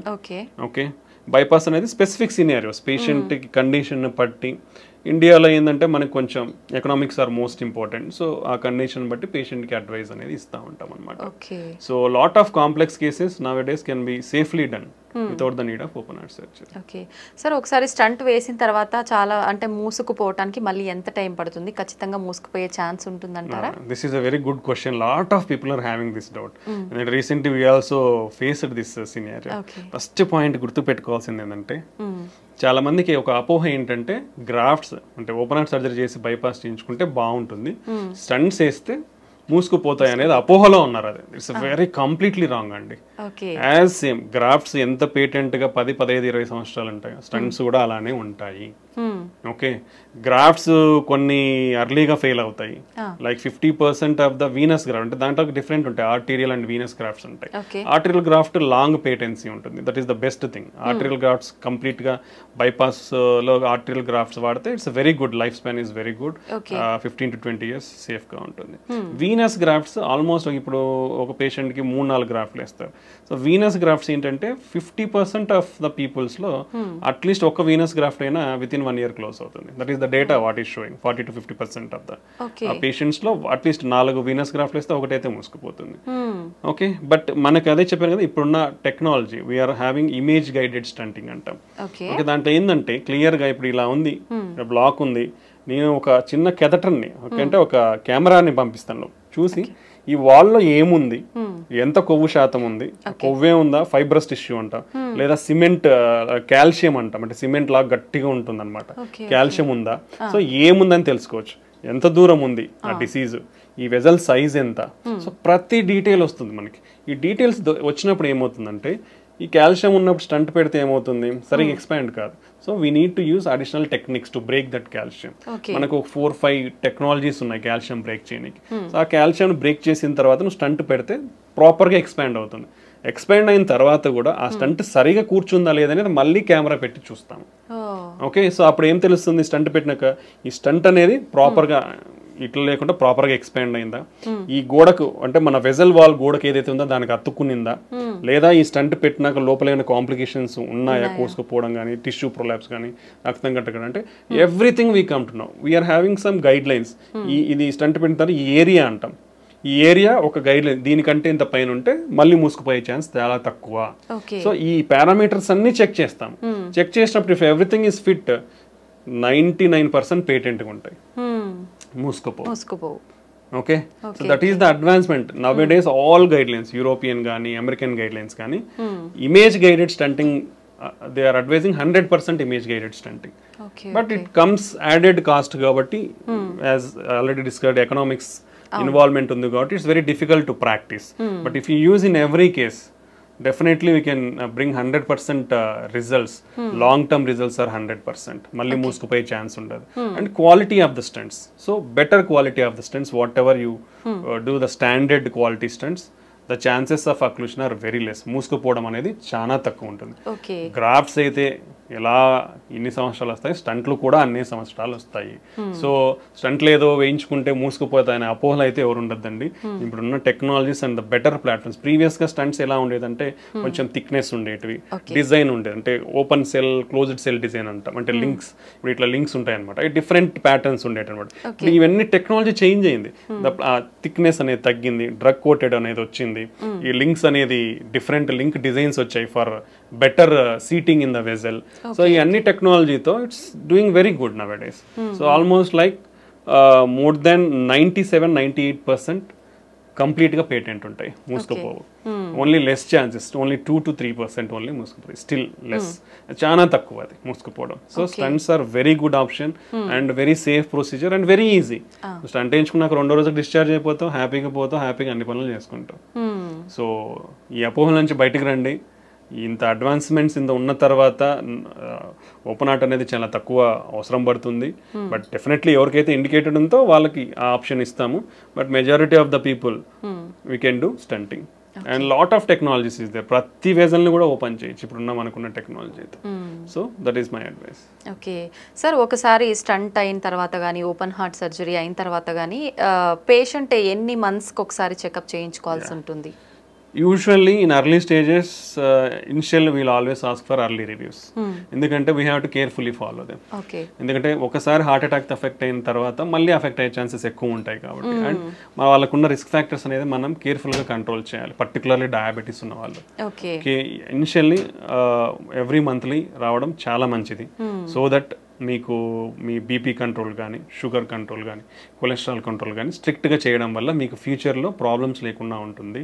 సో మీ హార్ట్ గిన ఒకవేళ హార్ట్ ఫంక్షన్ గిన వీక్ అయిందనుకోండి, ఎవ్రీ మంత్లీ చెక్ చేయించుకుంటే ఎంత ఇంప్రూవ్ అవుతుంది అనేది మనకు తెలుస్తుంది. సో వీల్ మినిమల్లీ 3 months వరకు చూస్తాం. 3 monthsలో ద ఇంప్రూవ్మెంట్ ఎంత వస్తుంది అది మాక్సిమం ఉంటుంది. Okay, after that minimal improvement ఉంటుంది. సో దాన్ని బట్టి ఫర్దర్ ట్రీట్మెంట్ ఆప్షన్స్ ఉంటాయి. ఇప్పుడు హార్ట్ ఫంక్షన్ అనేది లెస్ దెన్ 30-35% ఉందనుకోండి, even after 3 months of treatment with good medications, okay, అప్పుడు వాళ్ళకి ఐసీడీ అనేది ఉంటుంది, అంటే హార్ట్ వీక్ ఉన్న వాళ్ళు సడన్ గా చనిపోయే అవకాశాలు ఎక్కువ ఉంటాయి. సో అలాంటి వాళ్ళు ముందే, అంటే హార్ట్ రేట్ అబ్నార్మాలిటీస్ రాకముందే ఐసీడీ అనేది వేయించుకుంటే వాళ్ళు ఫ్యూచర్లో సడన్ గా చనిపోయే ప్రమాదం నుంచి కాపాడుకోవచ్చు అనమాట. సో ఇది చాలా ఇంపార్టెంట్. ఓకే, సో ఇలాంటివన్నీ మనకి కేర్ఫుల్ అబ్జర్వేషన్లో ఉంటేనే తెలుస్తాయి. ఇప్పుడు షుగర్ ఉన్న వాళ్ళు 3 monthsకి వచ్చారనుకోండి, అన్కంట్రోల్డ్ షుగర్ ఉంటే వేసిన స్టంట్లు కానీ, గ్రాఫ్ట్స్, బైపాస్ గ్రాఫ్ట్లు కానీ ఫెయిల్ అయిపోతాయి. ఇవన్నీ చాలా ఇంపార్టెంట్ కాబట్టి ఇనిషియల్గా around 3 to 6 months every monthly visit will help them. అంటే that also depends on the patient condition బట్టి, సిమ్టమ్స్ బట్టి డాక్టర్ అడ్వైస్ చేస్తారు. After that if the patient is good, every 2 months or 3 months they can follow. Okay, ప్రతి ఒక్కరు అంటే local availability ఉన్న వాళ్ళు నెల వస్తారు, బట్ బయట నుంచి ఊర్ల నుంచి వచ్చే వాళ్ళు నెల రావాలి అంటే వాళ్ళకి ఇబ్బందులు వాళ్ళకు ఉంటాయి. సో అలాంటి వాళ్ళు స్ట్రిక్ట్ గా కంట్రోల్ పెట్టుకొని మంచిగా ఉంటే 2-3 months కి ఫాలో అవ్వచ్చు. లేదా అక్కడ దగ్గరలో ఉన్న డాక్టర్స్ ఉన్నా కానీ లోకల్ గా ఫాలో అవ్వచ్చు, స్పెషలిస్ట్ ఎవరైనా అవైలబిలిటీ ఉంటే. Okay, that is the advice. After that అంతా బాగుంది 1 సంవత్సరం వరకు అంటే yearly annual checkups compulsory. Okay, 1 సంవత్సరానికి అంతా బాగుంది, హార్ట్ ఫంక్షన్ ఇంప్రూవ్ అయిపోయింది, రెగ్యులర్ గా మందులు వాడుతున్నాడు, బీపీ, షుగర్, కొలెస్ట్రాల్ అన్ని కంట్రోల్లో ఉన్నాయి, తనకి ఏమి సిమ్టమ్స్ ఏం లేవు, ప్రాబ్లమ్స్ ఏం లేవు, they can do every 6 months or annual checkups. వాళ్ళకి అప్పుడు ఆ ఫర్దర్ రివ్యూలో you can identify if any problems is there, otherwise they can continue వాళ్ళు అవే మందులు వాడుకోవచ్చు అనమాట. ఓకే సార్, ఒకసారి స్టంట్ వేసి అది మూసుకుపోయిన తర్వాత మళ్ళీ స్టంట్ వేయటం అనేది రిస్క్తో కూడుకున్న పని అంటారా? Nice question. అసలుకి లైక్ గుడ్ క్వశ్చన్స్ మీరు అడుగుతున్నారు, ఎందుకంటే lot of people have to know all these things. ఒకసారి స్టంట్ వేసిన తర్వాత మళ్ళీ స్టంట్ అనేది వేయించుకోవచ్చు, it's not a problem. Even second time fail అయినాక థర్డ్ టైం కూడా వేయించుకోవచ్చు. Up to 3 maximum levels there is a chance. Now we are having latest technology called drug coated balloons. And it's like previous technology but refined now came with very refinement and good clinical ట్రయల్స్తో వచ్చి it showing promising results call drug coated balloon. అంటే stent అవసరం లేకుండా మనము మందు పూసిన బెలూన్ని తీసుకొని పోయి ఎక్కడైతే బ్లాక్ ఉందో అంటే దాన్ని ఫస్ట్ ఏదైతే బ్లాక్ ఉందో దాన్ని ఓపెన్ చేస్తాం, నీట్గా వెజల్ సైజ్ ఎంత సైజ్ ఉందో ఆ సైజ్కి మనం దాన్ని ఓపెన్ చేస్తాం. ఓపెన్ చేసిన తర్వాత స్టంట్ పెట్టకుండా మనం ఆ డ్రగ్ కోటెడ్ బెలూన్ని తీసుకొని పోయిస్తే ఆ డ్రగ్ కోటెడ్ బెలూన్ని ఎక్కడైతే నేరో అయిందో అక్కడ పెట్టినప్పుడు ఆ బెలూన్ మీద ఉండే డ్రగ్ మొత్తం వెజల్లోకి అంతా అబ్జర్వ్ అయిపోతుంది. అబ్జర్వ్ అయ్యి అక్కడ మళ్ళీ బ్లాక్ రాకుండా ప్రివెంట్ చేస్తుంది అనమాట. సో ఇది అడ్వాన్స్మెంట్. సో ఈ డ్రగ్ కోటెడ్ బెలూన్ అడ్వాన్స్మెంట్స్ తో ఆల్మోస్ట్ లైక్ ఇప్పుడు స్టంట్ బ్లాక్ అయింది అనుకోండి, వీళ్ళు ఓపెన్ అంటే మనం ఎందుకు బ్లాక్ అయింది అనేది అనలైజ్ చేస్తాం first. That is the advantage of imaging. దాన్ని ఓసిటీ ఇమేజింగ్ అంటాం. ఆ ఓసిటీ ఇమేజింగ్ తో ఎందుకు అంటే నియోఆథ్రో అంటే మళ్ళీ కొలెస్ట్రాల్ పేరుకుపోయిందా, లేదంటే స్టంట్ ఎక్స్పాండ్ కాలేదా ప్రాపర్గా, లేదంటే స్టంట్ ఫ్రాక్చర్ ఏమన్నా ఉందా, స్టంట్ వాల్కి సరిగా అత్తుకోలేదా, ఈ ఫ్యాక్టర్స్ అన్ని మనం అనలైజ్ చేస్తాం ఇమేజింగ్ ద్వారా. సో మనకి దేని వల్ల అని తెలిసినప్పుడు we can take a proper decision. So అలాంటి సమయంలో ఇప్పుడు సరిగా ఎక్స్పాండ్ కాలేదో లేదంటే సరిగా అత్తుకోలేదు అనుకోండి, ఓపెన్ చేసి ప్రాపర్గా డైలేట్ చేసి డ్రగ్ కోటెడ్ బెలూన్ పెడితే ఫ్యూచర్లో మళ్ళీ బ్లాక్ ఉండదు. లేదు ప్రాపర్గా ఎక్స్పాన్షన్ అయింది, వెజల్ వాల్ కత్తుకుంది, స్టంట్ లోపల మళ్ళీ కొవ్వు పేరుకుపోయి మళ్ళీ బ్లాక్ వచ్చింది అనుకోండి, then we will do depends on the characteristics of the plaque.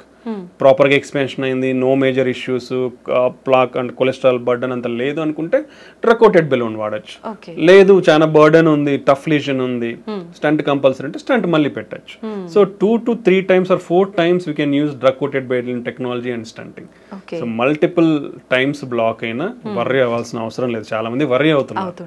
India అది ఐ ఆల్వేస్ టెల్ యూ, అంటే మన దేశంలో ఎకనామిక్స్ అనేది చాలా ఇంపార్టెంట్ అండి, బికాస్ ఇన్సూరెన్స్ అనేది చాలా తక్కువగా ఉంటుంది. That's why insurances are compulsory to face all these problems. ఎందుకంటే మనకున్న లైఫ్ స్టైల్కి we don't know what problems will get. Everybody అంటే not only general public, everybody even educated uneducated అందరికి కూడా ఇన్సూరెన్స్ అనేది కంపల్సరీ. బికాస్ ఈ prices whatever you see prices are increasing every year. మనకు health care అనే కాదు, అన్ని prices పెరుగుతున్నప్పుడు హెల్త్ కేర్లో కూడా పెరుగుతాయి.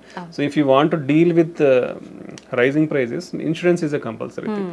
సో మనకి ఎకనామిక్స్ అన్ని ఉంటాయి కాబట్టి it's very difficult some decisions. So but ఒకసారి స్టంట్ బ్లాక్ అయిన తర్వాత డెఫినెట్లీ ఇంకోసారి స్టంట్ వేయించుకోవచ్చు, లేదా డ్రగ్ కోటెడ్ బెలూన్ వాడుకోవచ్చు. స్టంట్ బ్లాక్ అయిన తర్వాత డ్రగ్ కోటెడ్ బెలూన్ వాడిన తర్వాత కూడా మళ్ళీ బ్లాక్ వచ్చిందా, ఫైన్.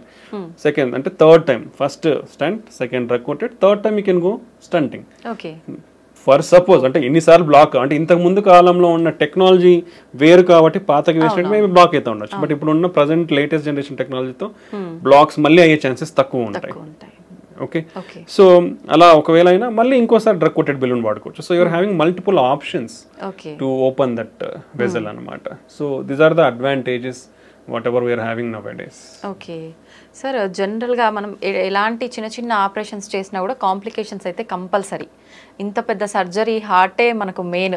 ఇలాంటి సర్జరీ చేసినప్పుడు ఖచ్చితంగా కాంప్లికేషన్స్ వస్తాయి. Very good. ఎక్కువ ఎలాంటి కాంప్లికేషన్స్ వస్తాయి? అసలు మీరు అడిగే క్వశ్చన్ ఎక్సలెంట్ చెప్తున్నాను. నిజంగా ఇంతవరకు నేను చాలా ఇంటర్వ్యూస్ ఇచ్చాను, nobody has thought about it. ఎందుకంటే lot of practical scenarios if you see, మీరు అనేది అందరూ అలా ఆలోచిస్తే చాలా మంచిది. Because the doctor always try to give the best result. Our first goal is to make the patient live long. ఒక మనిషి ఏదైనా ప్రాబ్లంతో వస్తే డాక్టర్ ఈ మనిషికి ఏ వైద్యంతో ప్రొలాంగ్ చేయగలం life. Okay, nobody can give, we are not gods to give life up to 80 years. We can prolong your life by giving good treatment. Okay, so any procedure అంటే మీరు చిన్న ఇక్కడ ఏదో కాలికి సర్జరీ చేసినా, లేదా చేతికి చేసినా, చిన్న పొట్టకి సర్జరీ చేసినా, ఓకే, చిన్న ముక్కు సర్జరీ చేసినా రిస్క్ ఉంది, కంటి సర్జరీ చేసినా రిస్క్ ఉంది. బట్ హార్ట్ అనేది ఎంత వైటల్ ఆర్గన్ అంటే నీ బాడీ మొత్తానికి పంప్ చేస్తుంది హార్ట్. సో నువ్వు ఆ హార్ట్ తో డీల్ చేసినప్పుడు lot of complications will happen. Okay, చాలా కాంప్లికేషన్స్ ఉంటాయి. If you take the studies, మనకున్న డేటాని తీసుకుంటే ఇండియన్స్ ఒక 10 years హార్ట్ అటాక్ వస్తుంది ముందర. ఓకే, 30 నుంచి 35 సంవత్సరాల తర్వాత మన ఇప్పుడున్న జనరేషన్లో రిస్క్ ఫ్యాక్టర్స్ ఉన్నది if you compare previously some years back, ఇప్పుడు మన రిస్క్ ఫ్యాక్టర్స్ అనేది అసలు కంటిన్యూస్ రైజింగ్ ట్రెండ్లో ఉన్నాయి, అంటే అంత ఫాస్ట్గా పెరుగుతున్నాయి. యూనో అవర్ ఏజింగ్ పాపులేషన్ ఇంతకుముందు యూఎస్లో 75 years ఏజ్ డబుల్ కానికి 65 పట్టింది, అంటే ఆ పాపులేషన్ ఏజ్డ్ పాపులేషన్ డబుల్ కానికి 65 years పట్టింది. ఇండియాలో ఎవ్రీ 25 yearsకి డబుల్ అవుతుంది. ఎవ్రీ 25 yearsకి 50 years more than aged population is doubling in India. Lot of and ఎవరైతే హార్ట్ అటాక్ తో ప్రజెంట్ అవుతున్నారో compare to western countries or European countries, ఇక్కడ డబల్ కాంప్లికేషన్స్ ఉంటున్నాయి. అంటే మన జెనెటిక్ ప్రొఫైల్, మన రిస్క్ ప్రొఫైల్ అనేది చాలా ఎక్కువ ఉంది ఇక్కడ. సో కాంప్లికేషన్స్ అనే రేట్స్ కూడా ఎక్కువ ఉన్నాయి. So compared to others, we are having higher complication rates. These are because of our lifestyle and our genetic factors and demographic factors. So heart is a very vital organ. So endukante everything will happen in seconds andi ikkada. So we take that much precaution to do any procedure, either in stunting kani ante lot of procedures. If we count, I will take some 30 40 50 procedures and I will name it. అంటే not only stunting ఒకటే కాదు, కార్డియాలజీలో ఉండేది heart holes ఉంటాయి. Heart holes ని close చేస్తాం, దాంట్లో different రకాల heart holes ఉంటాయి. లేదా ఈ వాల్స్ అనేది నేరో అయిపోతాయి, నేరో అయినప్పుడు బెలూన్ తీసుకుని పోయి ఓపెన్ చేస్తాం. ఓకే, ఇవి ఉంటాయి. పేస్ మేకర్స్ ఉంటాయి, ఐసిడిస్ ఉంటాయి. ఓకే, ఇలాంటి చాలా ప్రొసీజర్స్ ఉన్నాయి కార్డియాలజీలో. So without the need of open heart surgery we're doing all these things. So ఇలాంటి అయ్యే టైంలో రిస్క్ అనేది డెఫినెట్లీ ఉంటుందండి. బట్ లాట్ ఆఫ్ ప్రికాషన్స్ తీసుకొని, అంటే ఇప్పుడు బీపీ పడిపోతుంది అంటే బీపీ కోసం ఒక బెలూన్, ఐఏబీపీ బెలూన్ అనేది ఇండియాలో రీజనబుల్ కాస్ట్ దొరుకుతుంది. ఇంపెల్లా అని ఉంటుంది కానీ it's very costly. It's like lot of people it is unreachable నౌడేస్ till now, even ఇప్పుడు కూడా. సో ఐఏబీపీ బెలూన్స్ రెడీగా పెట్టుకుంటాం. హార్ట్ రేట్ పడిపోయే ఛాన్స్ ఉండొచ్చు. హార్ట్ రేట్ పడిపోనికి పేస్ మేకర్ అనేది రెడీగా ఉంటుంది. ఒకవేళ డెఫినెట్లీ అవుతుందని తెలిసినప్పుడు ముందే పేస్ మేకర్ పెడతాం.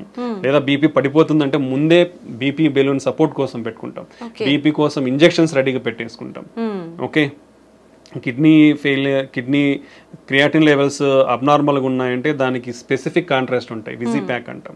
సో అవి స్పెసిఫిక్ అంటే కిడ్నీ డ్యామేజ్ కాకుండా ప్రికాషనరీ మెజర్స్ తీసుకొని స్టార్ట్ చేస్తాము. ఓకే, దెన్ హార్ట్ రేట్ సడన్గా పెరిగే ఛాన్స్ ఉండొచ్చు. సడన్గా పెరిగే ఛాన్స్ ఉంటే సడన్గా అది షాక్ ఇస్తే కంట్రోల్ చేయడానికి డిఫిబ్రిలేటర్ రెడీ ఉంటుంది. ఓకే, దెన్ పేషెంట్కి సడన్గా ఆయాసం రావచ్చు. ఆయాసం వస్తే ట్యూబ్ వేసుకొని వెంటిలేటర్, మిషన్, అనస్థీషియా రెడీగా ఉంటారు. ఓకే, దెన్ బీపీ సడన్ గా పెరిగే ఛాన్స్ ఉంటుంది. బీపీ తగ్గించడానికి సడన్ గా మెడికేషన్స్ రెడీగా ఉంటాయి. How many precautions we are taking. మా క్యాత్ ల్యాబ్స్ అంటే ఈ ప్రొసీజర్స్ చేసేటప్పుడు we are having minimum of 7 to 8 persons there. For doing a procedure we are a team of 7 to 8 members, not a single person we are doing, because to bring the patient back to normal we keep all efforts whatever it is there. So ఇట్లాంటి risks అనేది ఉంటాయండి. ఈ risks అన్ని కూడా less than 1% 2%లో చేస్తున్నాం మేము. Okay, hardly less than 1%. Okay, so 100లో ఒకరికి ఇట్స్ వెరీ రేర్. అంత మినిమైజింగ్ కాంప్లికేషన్స్తో we're doing with good success rates. So ఇవన్నీ ఉంటాయండి, అందరూ తెలుసుకోవాలి ఇది. ఎందుకంటే హార్ట్ అనేది చాలా వైటల్ ఆర్గాన్. ఎందుకంటే ఇప్పుడు కొట్టుకుంటుందండి, సడన్ గా అయిపోతే అయిపోయినట్టు. Okay, it can happen any time. Surgery అప్పుడే కాదు, ఇంట్లో ఉన్నప్పుడే. ఇప్పుడు హార్ట్ అటాక్స్ లో 50% హాస్పిటల్ రాకముందు చనిపోతున్నారు. ఆల్రెడీ నీ హార్ట్ డ్యామేజ్ అయిపోయి మనం లేట్ గా ప్రజెంట్ అయిపోయి హాస్పిటల్ కి ఇలా ప్రజెంట్ అయినప్పుడు రిస్క్ ఎక్కువ ఉంటుంది. If it's see the data, మనం మళ్ళీ if you come to the whatever data is available till now, heart attack లో బీపీ పడిపోయింది అనుకోండి, high risk of death. 40 to 50% of the cases will go to die. ఎక్కువ chances ఉంటాయి. 40 to 50% recover అవుతారు with simple medications or just going stenting. But rest of the 40-50% in heart attack with cardiogenic shock అంటాం, అంటే BP పడిపోయినప్పుడు. In rest of the 40 to 50%, around 75 to 80% are going to die whatever the treatment you give. That is the risk profile in heart attack. So ఎప్పుడైనా heart ఇంటర్వెన్షన్స్ని ఆ విధంగా చూడండి, అన్నీ తెలుసుకోండి. అంటే always we explain the patient before taking any surgery. I think this is a platform I am getting. I just want to tell the people, అంటే అందరికి అర్థం అవ్వాలి అంటే ఎంత రిస్క్ ఉంటుంది హార్ట్ సర్జరీలలో కానీ హార్ట్ స్టంటింగ్లలో కానీ. స్టంటింగ్ అనేది రియర్లీ అంటే వెరీ లెస్ కాంప్లికేటెడ్ ప్రొసీజర్స్ లాగానే we are doing very good results, we are giving good results. But still some risk will be there. మనము చిన్న కాలో ఏలో ఏ చిన్న ముక్కు సర్జరీ చేయించుకున్నా రిస్క్ చెప్తా ఉన్నారు. హార్ట్కి ఉన్న డెఫినెట్లీ రిస్క్ అనేది ఉంటుంది. బట్ ఈవెన్ దెన్ అవన్నీ ప్రికాషనరీ మెజర్స్ తీసుకొని we always do very safely and we always bring the patient a good life. Okay, ఇది కంపల్సరీ అందరూ మీలాగా ఆలోచిస్తే definitely doctors will be always be happy. Sir 7 to 8% ఖచ్చితంగా అక్కడ ఉండి పేషెంట్ని క్యూర్ చేయడానికే వాళ్ళ ప్రయత్నం అంతా చేస్తుంటారు. అసలు నార్మల్గా హార్ట్ సర్జరీ చేసేటప్పుడు స్టంట్స్ ఇలాంటి హార్ట్కి సంబంధించినవి ఏదైనా చేసేటప్పుడు జనరల్గా ఎంత సమయం పడుతుంది సార్? అంటే డిపెండ్స్ ఆన్ ద లిజన్ అండి. నేను ఆల్రెడీ మీకు ఇప్పుడు చెప్పాను. So lesions are different. Fibrous plaque అంటాం, ఫ్యాటీ ప్లాక్ అంటాం, క్యాల్సిఫిక్ ప్లాక్ అంటాం. ఇప్పుడు like and number of the blocks, single block ఉందా, ఇప్పుడు లెఫ్ట్ సైడ్లో 2 మేజర్ వెజల్స్ ఉంటాయి, లెఫ్ట్ సైడ్లోనే 2-3 బ్లాక్స్ ఉన్నాయా, రైట్ సైడ్ కూడా ఉందా? ఓకే, ఇప్పుడు 3 బ్లాక్స్ ఉన్నాయి. ఇప్పుడు సింపుల్ లిజన్స్ అనుకోండి, it may take around 1 hour or 1.5 hours. Like calcium lesions, we need to use additional treatments like the calcium ki we will call as rotational atherectomy అంటాం, drill చేసుకుంటూ పోతుంది. ఇంకోటి orbital అథెరెక్టమీ, అది కూడా ఇంకో మెకానిజం తో drill చేస్తుంది. ఇంకోటి ఇంట్రావాస్కులర్ లిథోట్రిప్సీ అంటాం, అంటే ఒక అల్ట్రాసోనిక్ వేవ్స్ తో ఒక బెలూన్ ని తీసుకొని పోయి దాన్ని కాల్షియం ఏదైతే స్ట్రాంగ్ సిమెంట్ లాగా ఉంటుందో దాన్ని బ్రేక్ చేస్తాం అన్నమాట.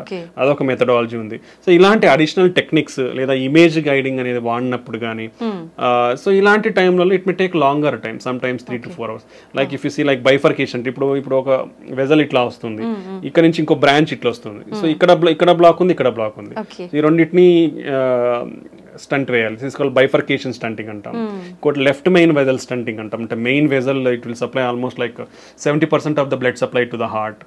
ఓకే, అలాంటి సినారియో. లేదంటే క్రానిక్ టోటల్ అక్లూజన్స్ అని చెప్పాను, సిటీఓస్ అంటాం. అంటే అది మూసుకుపోయి more than 3 months to 1 year or sometimes 7 years or 10 years కూడా అయి ఉండొచ్చు. బట్ పేషెంట్కి తెలియదు ఒక్కొక్కసారి, because of probably some protective phenomenon will be there. Definitely there are some protective phenomena in our heart. అంటే ఇప్పుడు రైట్ సైడ్ ప్రాబ్లీ మూసుకుపోయింది అనుకోండి, ఇప్పుడు ఇదంతా వెజల్, ఇక్కడ నుంచి బ్లడ్ వెజల్ ఉంది, ఇక్కడ మూసుకుపోయింది, ఇక్కడ నుంచి బ్లడ్ సప్లై రాదు.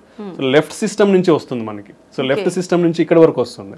So that is a protective mechanism. So initial stages లో మూసుకుపోయిన ప్రొటెక్టివ్ మెకానిజం ఉండడం వల్ల దానికి పెద్ద సిమ్టమ్స్ తెలియవు. But on a long term ఇటుపక్క కూడా బ్లాక్ ఏర్పడింది, అప్పుడు తనకి బ్లడ్ సప్లై అనేది తగ్గుతుంది కాబట్టి సిమ్టమ్స్ అనేది మేనిఫెస్ట్ అవుతాయి. సో ఇలాంటి లీజన్స్ ట్రీట్ చేసినప్పుడు 3 to 4 hours అనేది పడుతుంది. ఓకే సార్, చాలా మందిలో ఎక్కువ వింటుంటాం ఎర్లీ మార్నింగ్స్ టైంలో నిద్రలో ఉన్నప్పుడు మాత్రమే హార్ట్ అటాక్స్ వస్తుంటాయి అని చెప్పి. ఎందుకని ఆ టైంలోనే ఎక్కువగా జరుగుతూ ఉంటుంది సార్? ఆ టైంలోనే వస్తాయి అనేది ఏం లేదు, any time can come, depends on our lot of hormonal influences and physical and environmental factors. But mostly morning there are some hormonal changes will be there that will contribute to heart attacks in the morning times లో కొంచెం ఎక్కువ ఉండే అవకాశం. Sometimes winter seasons లో it will cause వ్యాసస్. ఇప్పుడు చలి ఉందనుకోండి, vessels cause వ్యాసోస్పాజం. So అలాంటప్పుడు కొంచెం ఎక్కువ వచ్చే అవకాశం ఉంటుంది. ఫుడ్ తిన్న తర్వాత మనం ఎక్కువ వాక్ చేసిన అలాంటి టైంలో ఎగ్జర్షన్ ఉంటుంది కాబట్టి, అంటే our blood supply will be there mostly to the gut to observe the nutrients. అలాంటి టైంలో ఫుడ్ తిన్న తర్వాత వాకింగ్ చేసి ఎక్సర్సైజ్ లాగా చేసినప్పుడు చేస్తే వచ్చే అవకాశం, అంటే ఆల్రెడీ ఉన్న వాళ్ళలో బ్లాక్స్ ఉన్న వాళ్ళలో వచ్చే అవకాశం ఉంటుంది అనమాట. ఓకే సార్, ఈ మధ్య కాలంలో వింటున్నాం, చాలా మంది చూస్తున్నాం కూడా సోషల్ మీడియాలో, మనం జిమ్ చేసే వాళ్ళు ఎక్కువగా సడన్ గా పడిపోవడము, అక్కడే స్పాట్ లో డెత్ అవ్వడము, ఇలాంటి సంఘటనలు చాలా వింటున్నాం. ఇది హార్ట్ అటాక్ అంటారా సార్? అసలు ఎందుకు జరుగుతుంది? డిఫరెంట్ సినారియోస్ ఉంటాయండి దీంట్లో కూడా.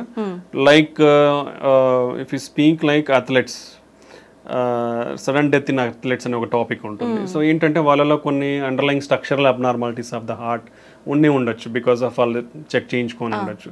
కొందరిలో జెనెటిక్ ఛానలోపతిస్ అంటే అరిథమిక్ హార్ట్ రేట్ అబ్నార్మాలిటీస్ ఉండే ఛాన్స్ ఉండొచ్చు. సో ఇలాంటి కారణాల కూడా జరుగుతాయి. But work heavy entrance exercise చేసినప్పుడు ఏమవుతుందంటే, మన హార్ట్ అనేది చాలా అగ్రెసివ్గా వర్క్ చేయాల్సి ఉంటుంది బికాస్ ఆఫ్ రిక్వైర్మెంట్. బాడీకి బ్లడ్ అందాలి కాబట్టి. సో అప్పుడు ఏమవుతుంది, సప్లై డిమాండ్ మిస్ మ్యాచ్ అవుతుంది. ఓకే, సప్లై డిమాండ్ మిస్, ఇప్పుడు చిన్న ప్రాబబ్లీ వాళ్ళకి ఆల్రెడీ అన్డిటెక్టెడ్, ఇప్పుడు అండర్ డయాగ్నోస్ బ్లాక్స్ ఉన్నాయి అనుకోండి, అప్పుడు ఏమవుతుంది, సప్లై డిమాండ్ మిస్ మ్యాచ్ అయ్యి హార్ట్ ఫంక్షన్ అనేది తగ్గే ఛాన్స్ ఉంటుంది బ్లడ్ సప్లై తగ్గడం వల్ల. అదే ఒక మెకానిజం. సో క్రానిక్ గా ఎక్సర్సైజ్ చేసే వాళ్ళకి ఏంటంటే మజిల్ థిక్నెస్ అనేది కొంచెం ఎక్కువ ఉంటుంది అనమాట, హైపర్ట్రోఫీ ఉంటుంది. అలాంటప్పుడు ఏంటి, ఆ థిక్ అండ్ మజిల్ కంప్రెషన్ ఎక్కువ ఉండి వ్యాసోస్పాజం అంటే బ్లడ్ వెజల్స్ కూడా కంప్రెస్ అయ్యే ఛాన్స్ ఉండొచ్చు. అండ్ వర్క్ లోడ్ ఎక్కువ ఉంటుంది కాబట్టి అక్కడ కూడా సప్లై డిమాండ్ మిస్ మ్యాచ్ ఉంటుంది. ఒకసారి ఎక్సర్సైజ్ చేసినప్పుడు ఏమవుతుందంటే స్పాంటేనియస్ కొరనరీ డిసెక్షన్స్ ఉంటాం, అలా అంటే కోతలు కోసుకుపోయే అవకాశం ఉంటుంది, బీపీ హార్ట్ రేట్ అన్ని ఎక్కువ అయిపోతాయి కదా. సో ఆ బీపీ హార్ట్ రేట్ ఎక్కువైనప్పుడు అలా జరిగే అవకాశం ఉండొచ్చు. సమ్ టైమ్స్ అరిథమిక్ సిండ్రమ్స్ ఆల్రెడీ ఇప్పుడు మనం ఎక్సర్సైజ్ చేసినప్పుడు హార్ట్ రేట్ పెరిగిపోతుంది, సమ్ టైమ్స్ అది ఇంకా ఎక్కువ పెరిగిపోవడం వల్ల సడన్ డెత్లు అయ్యే ఛాన్స్ ఉండొచ్చు. డిహైడ్రేషన్ ఉంటుంది, డిహైడ్రేషన్ ఎలక్ట్రోలైట్ అబ్నార్మాలిటీస్ వల్ల జరిగే అవకాశం ఉండొచ్చు. సో వీళ్ళలో అన్డిటెక్టెడ్ ఏమన్నా కొరనరీ అనామలీస్ కానీ ఇట్లా ఏదన్నా ఉంటే అది కంప్రెషన్ అవ్వడం వలన ఈ విధంగా కూడా బ్లడ్ సప్లై తగ్గడం వల్ల సడన్ గా చనిపోయే అవకాశం ఉండొచ్చు అనమాట. So better evaluate yourself before doing intense workouts. మనం already we discussed heavy intense workouts are not much required. Minimum of 150 minutes per week, 75 minutes of high intense workouts per week is enough. So you can take gaps between doing intense workouts. You can limit yourself up to what level you can do. So precautionary anni teeskoni then under strict guidance there should be some person meer ila chesetappudu oka strict person who knows how to manam resuscitation antam. Suppose in case edana jarigite at least they know how to do a CPR and until the medical facility arrives at you. So ee anni setup undi precautionary ga ఉన్న తర్వాతనే high intense workouts అనేది వెళ్ళడం మంచిది అనమాట. Okay sir, కరోనాకి effect అయిన వాళ్ళలో ఎక్కువగా గుండె జబ్బులు వస్తున్నాయని చెప్పి వింటున్నాం, ఇదంతా నిజమే అంటారా? దేర్ ఆర్ సమ్ మెకానిజమ్స్ అండి, అంటే దాని వల్లనే వస్తున్నాయి అని అయితే ఏమీ మనం చెప్పలేం, but there is a possibility is there. So Covid అనేది ఒక inflammatory disease, okay, basically, and microvascular disease అనేది కూడా అంటాం, microvascular inflammatory disease. So post Covid అంటే కోవిడ్ తర్వాత కూడా ఈ ఇన్ఫ్లమేషన్ కానీ ఇమ్యూనిటీ డిస్రెగ్యులేషన్ అనేది కొంచెం ఉంటుంది. వాట్ ఎవర్ ద మనకి స్టడీస్లో మెకానిజమ్స్, ప్రపోజ్డ్ మెకానిజమ్స్, అలానే సమ్ అనటామిక్ డిస్టర్బెన్స్ అంటే మన సింపెథటిక్ యాక్టివిటీ, పారాసింపెథటిక్ యాక్టివిటీ, రెండు సిస్టమ్స్ ఉంటాయి మనకి. అటోనామిక్స్ అంటే మన బ్లడ్ ప్రెషర్ని, హార్ట్ రేట్ని కంట్రోల్, బ్లడ్ వాల్యూమ్ని కంట్రోల్ చేసే సిస్టమ్స్ ఉన్నాయి. సో ఆ ఇంబ్యాలెన్స్ కూడా ఉందన్నమాట. సో అండ్ ఈ ఇన్ఫ్లమేషన్ వల్ల ఏమవుతుందంటే మన వెజల్ డ్యామేజ్ అవుతుంటుంది, కొంచెం more prone to thrombotic risk ఉంది. సో ఈ అండర్లయింగ్ మెకానిజమ్స్ వల్ల కోవిడ్ తర్వాత కూడా కొంచెం, అంటే పర్టికులర్లీ ఈ రిస్క్ కూడా ఎవరిలో ఎక్కువ ఉంటుందంటే రిస్క్ ఫ్యాక్టర్స్ ఉన్న వాళ్ళల్లో, already sugar, BP, cholesterol problem, kidney problems, old age ఉన్న వాళ్ళు, ఆల్రెడీ హెల్త్ ఇష్యూస్ ఉన్న వాళ్ళల్లో కొంచెం ఇవి ఎక్కువగా చూపిస్తా ఉందన్నమాట. అదర్వైజ్ రెస్ట్ ఆఫ్ ద పీపుల్లో అంత ఎఫెక్ట్స్ మనకి, ఇలాంటి వాళ్ళలో కొంచెం ఎఫెక్ట్స్ ఉండే అవకాశం అయితే ఉంటుంది అనమాట. సో పోస్ట్ కోవిడ్ ఈ విధంగా జరిగే అవకాశం కనిపిస్తా ఉంది. ఓకే సార్, వంశ పారంపర్యంగా కూడా మనకు జెనెటిక్స్ ని బట్టి హార్ట్ అటాక్ వచ్చే ఛాన్స్ ఉంటుందని అయితే వింటున్నాం. ఎంత వరకు వచ్చే అవకాశం ఉంటుంది సార్? ఎంత శాతం? 1.5 to 2 fold రిస్క్ ఉందండి, అంటే 2 రెట్లు ఎక్కువ ఉంది. పర్టికులర్లీ హార్ట్ అటాక్ ఇంట్లో వాళ్ళకి లెస్ దాన్ 50 to 55 years లోపల మన ఇంట్లో వాళ్ళకి ఎవరికన్నా హార్ట్ అటాక్ వచ్చింది అనుకోండి, 2 రెట్లు ఎక్కువ మనం రిస్క్ లో ఉన్నట్లే. Okay, so lot of people are recognising that thing. ఫ్యామిలీలో చాలా మంది కూడా మేము చూస్తుంటాం ప్రాక్టీస్లో, they will come and regularly check themselves. So compulsory definitely genetic factories అనేది చాలా ఇంపార్టెంట్ అండి.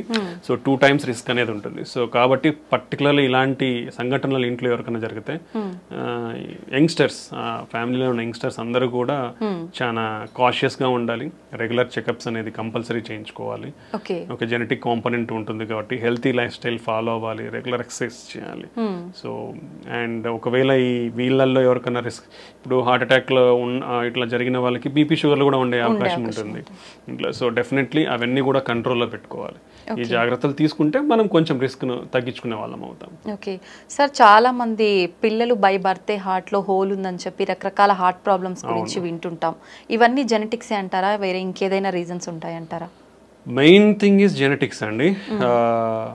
హార్ట్ హోల్స్ అనేది నిజంగా చెప్పాలంటే it's a good treatable disease. అది ఉంటే lot of the kids will get definite good treatment. But అది కాకుండా కాంప్లెక్స్ కంజెనిటల్ హార్ట్ డిసీజెస్ అంటాం. These are very difficult to treat. అంటే surgeries available, but they have to be long-term problems will be there in those type of complex congenital heart defects lo. Okay, primary thing genetics kaakunda second thing manam chuste maternal health is important. That is the most one of the most reason to consider. Andike lot of governments had concentrated on maternal health also. So వాళ్ళకి good nutrition is important. And మనం already discuss చేసుకున్నాం, వీళ్ళకి BP sugar ఇవన్నీ కూడా develop కాకుండా ఉంటే they will give healthy, particularly infections, maternal infections కానీ, maternal drug abuse, maternal smoking, alcohol, drugs కానీ ఇవన్నీ ఉండకూడదు యూజువల్గా. ఇవన్నీ ఓల్డ్ జనరేషన్లో అయితే లేవు, న్యూ జనరేషన్ మనకు తెలియదు ఎంత. సో ఇవన్నీ డ్రగ్స్ ఎఫెక్ట్స్ కానీ, దెన్ ఈవెన్ సమ్ మెడికేషన్స్లో కూడా pregnancy ante there are lot of limitations to give some medications. So we will avoid completely some medications in pregnancy. Okay, so there are specific drugs to be given. Avanni monitor cheskoni istam anamata, that every physician or doctors will follow all those things to avoid these complications and infections raakunda. They have to maintain their health well, and their nutrition is most important. And baby birth kuda first 1000 days of baby birth is most important. So they should compulsorily get the breastfeed. Always that is the most healthy diet for the newborn babies. So compulsory every woman should take initiative in breastfeed their babies. And nutrition, after that nutrition of the kids is most important. Okay, so healthy nutrition undali vallaki. Then they should be also taken care from infections, because previously and even now still we are seeing rheumatic heart disease, infection related heart valve problems, acute rheumatic fever and rheumatic heart in children. And then even that infections will cause heart pump failure also, will call as myocarditis. So there are a lot of problems is there in children. So both maternal health and the infant infant health is most important. జాగ్రత్తలు తీసుకుంటే కొంచెం genetic factors anyway మనం avoid చేయలేము కాబట్టి దీనివల్ల కొంచెం risk తగ్గించుకునే అవకాశం ఉండొచ్చు. ఓకే, మీరు ఇందాక కూడా చెప్పారు ఖచ్చితంగా మనము డైట్, ఎక్సర్సైజ్ అనేది ఇంపార్టెంట్. డైలీ రొటీన్ ఏ విధంగా ఉంటే ఇలాంటి ఇష్యూస్ రాకుండా కొంతవరకు కాపాడుకోవచ్చు అంటారు సార్? అంటే there is no specific thing for us. ఒక్కొక్కరి dietary pattern if even okay different states, ఒక స్టేట్లో తీసుకుంటే district dietary pattern is completely different ఉంటుంది. So based on your local diet, lot of people our staple diet is rice. In rice ఇట్ సెల్ఫ్ you can go better for unpolished rice. Okay, and quantity, how much of quantity you are taking. మనము we're usually 3 meals అందరికి ఇది standard మనకి ఇక్కడ. ఆ 3 meals ని ఎలా తీసుకుంటామంటే మనం overload. So that's not good. So every 3 meals మధ్యలో keep one snack meal. Okay, small snack meal, so that you can reduce the amount here. So ఒకేసారి ఎక్కువ తీసుకునేదనే తగ్గుతుంది. So take limited food multiple times rather than taking heavy food at only 3 times. That is one of the important thing where we can concentrate and change our lifestyle. That will reduce. And our snacks kuda you can take raw vegetables or only fruits, or you can take nuts. So these healthy nuts. Don't go for processed foods.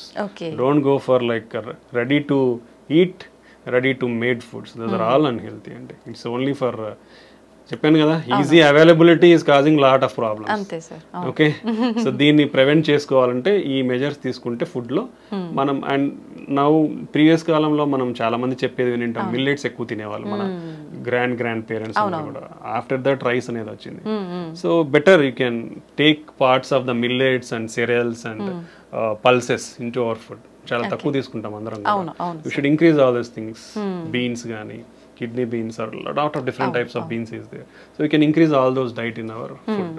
So ala cheyadam valla we can take a more healthy food and restrict your non-vegetarian. ఇప్పుడు రోజు బిర్యానీలు తినే వాళ్ళు ఎంతమంది ఉన్నారు, వేలల్లో ఉంటారు. So that's not healthy. Okay, so you can reduce your non vegetarian. Previously only weekly once తినేవాళ్ళు. That's good really. Nowadays daily non veg లేనిదే ముద్ద కూడా దిగని వాళ్ళు చాలా మంది ఉంటారు. So that's not a good habit. we already discussed చేప అంటే ఫిష్ కానీ పౌల్ట్రీ కానీ 2 to 3 times. అంటే 2 to 3 times అంటే 3 days కాదండి, 2 to 3 servings. It is called 2 to 3 servings per week. Okay, అది important. That is important, not days. 2 to 3 servings per week is okay. Okay, ఈ changes in the diet తీసుకుంటే we'll stay healthy. And exercise definitely at least spare 30 minutes. You do simple walk or brisk walk, or spare 30 minutes for your health. Per day. Okay. At least 6 days a week. Sunday you can enjoy wherever. At least 6 days a week, spare 30 minutes a day. Just if you are not having any equipment or nothing, do normal walk or do small brisk walk. That will maintain you healthy. And if anybody is really interested, average people life style ప్రకారం, ఇప్పుడు అందరున్న life style ప్రకారం ఎన్ని steps నడుస్తున్నారు చెప్పదా? 2000 to 3000 steps కంటే నడవట్లేదండి, ఇంకా తక్కువ నడుస్తున్నారు. That is unhealthy. minimum to minimum maintain around 5,000 to 6,000 steps per day. If you are really have time, go for at least 10,000 steps per day. That will still have some more benefits. So ivanni kuda important. Exercise is definitely a part and parcel of our this thing. Along with that, you can practice meditation or yoga. Yoga is having a lot of good beneficial effects on the health and mind. So you can do yoga and meditation. So at least ante oka 1 hour, like 30 minutes some exercise, 15 minutes some yoga, 15 minutes some meditation. You'll get that peace of mind and you can reduce your stress levels. You can control అంటే మన risk ఫ్యాక్టర్స్ని control చేసుకోవచ్చు. ఇలా చాలా వాటికి ఉపయోగపడుతుంది అనమాట. Okay, నిజంగా చాలా మంచి వాల్యుబుల్ ఇన్ఫర్మేషన్ అయితే మా ప్రేక్షకుల కోసం ఇచ్చారు sir. Thank you very much. Thank you అండి, థ్యాంక్ యూ వెరీ మచ్.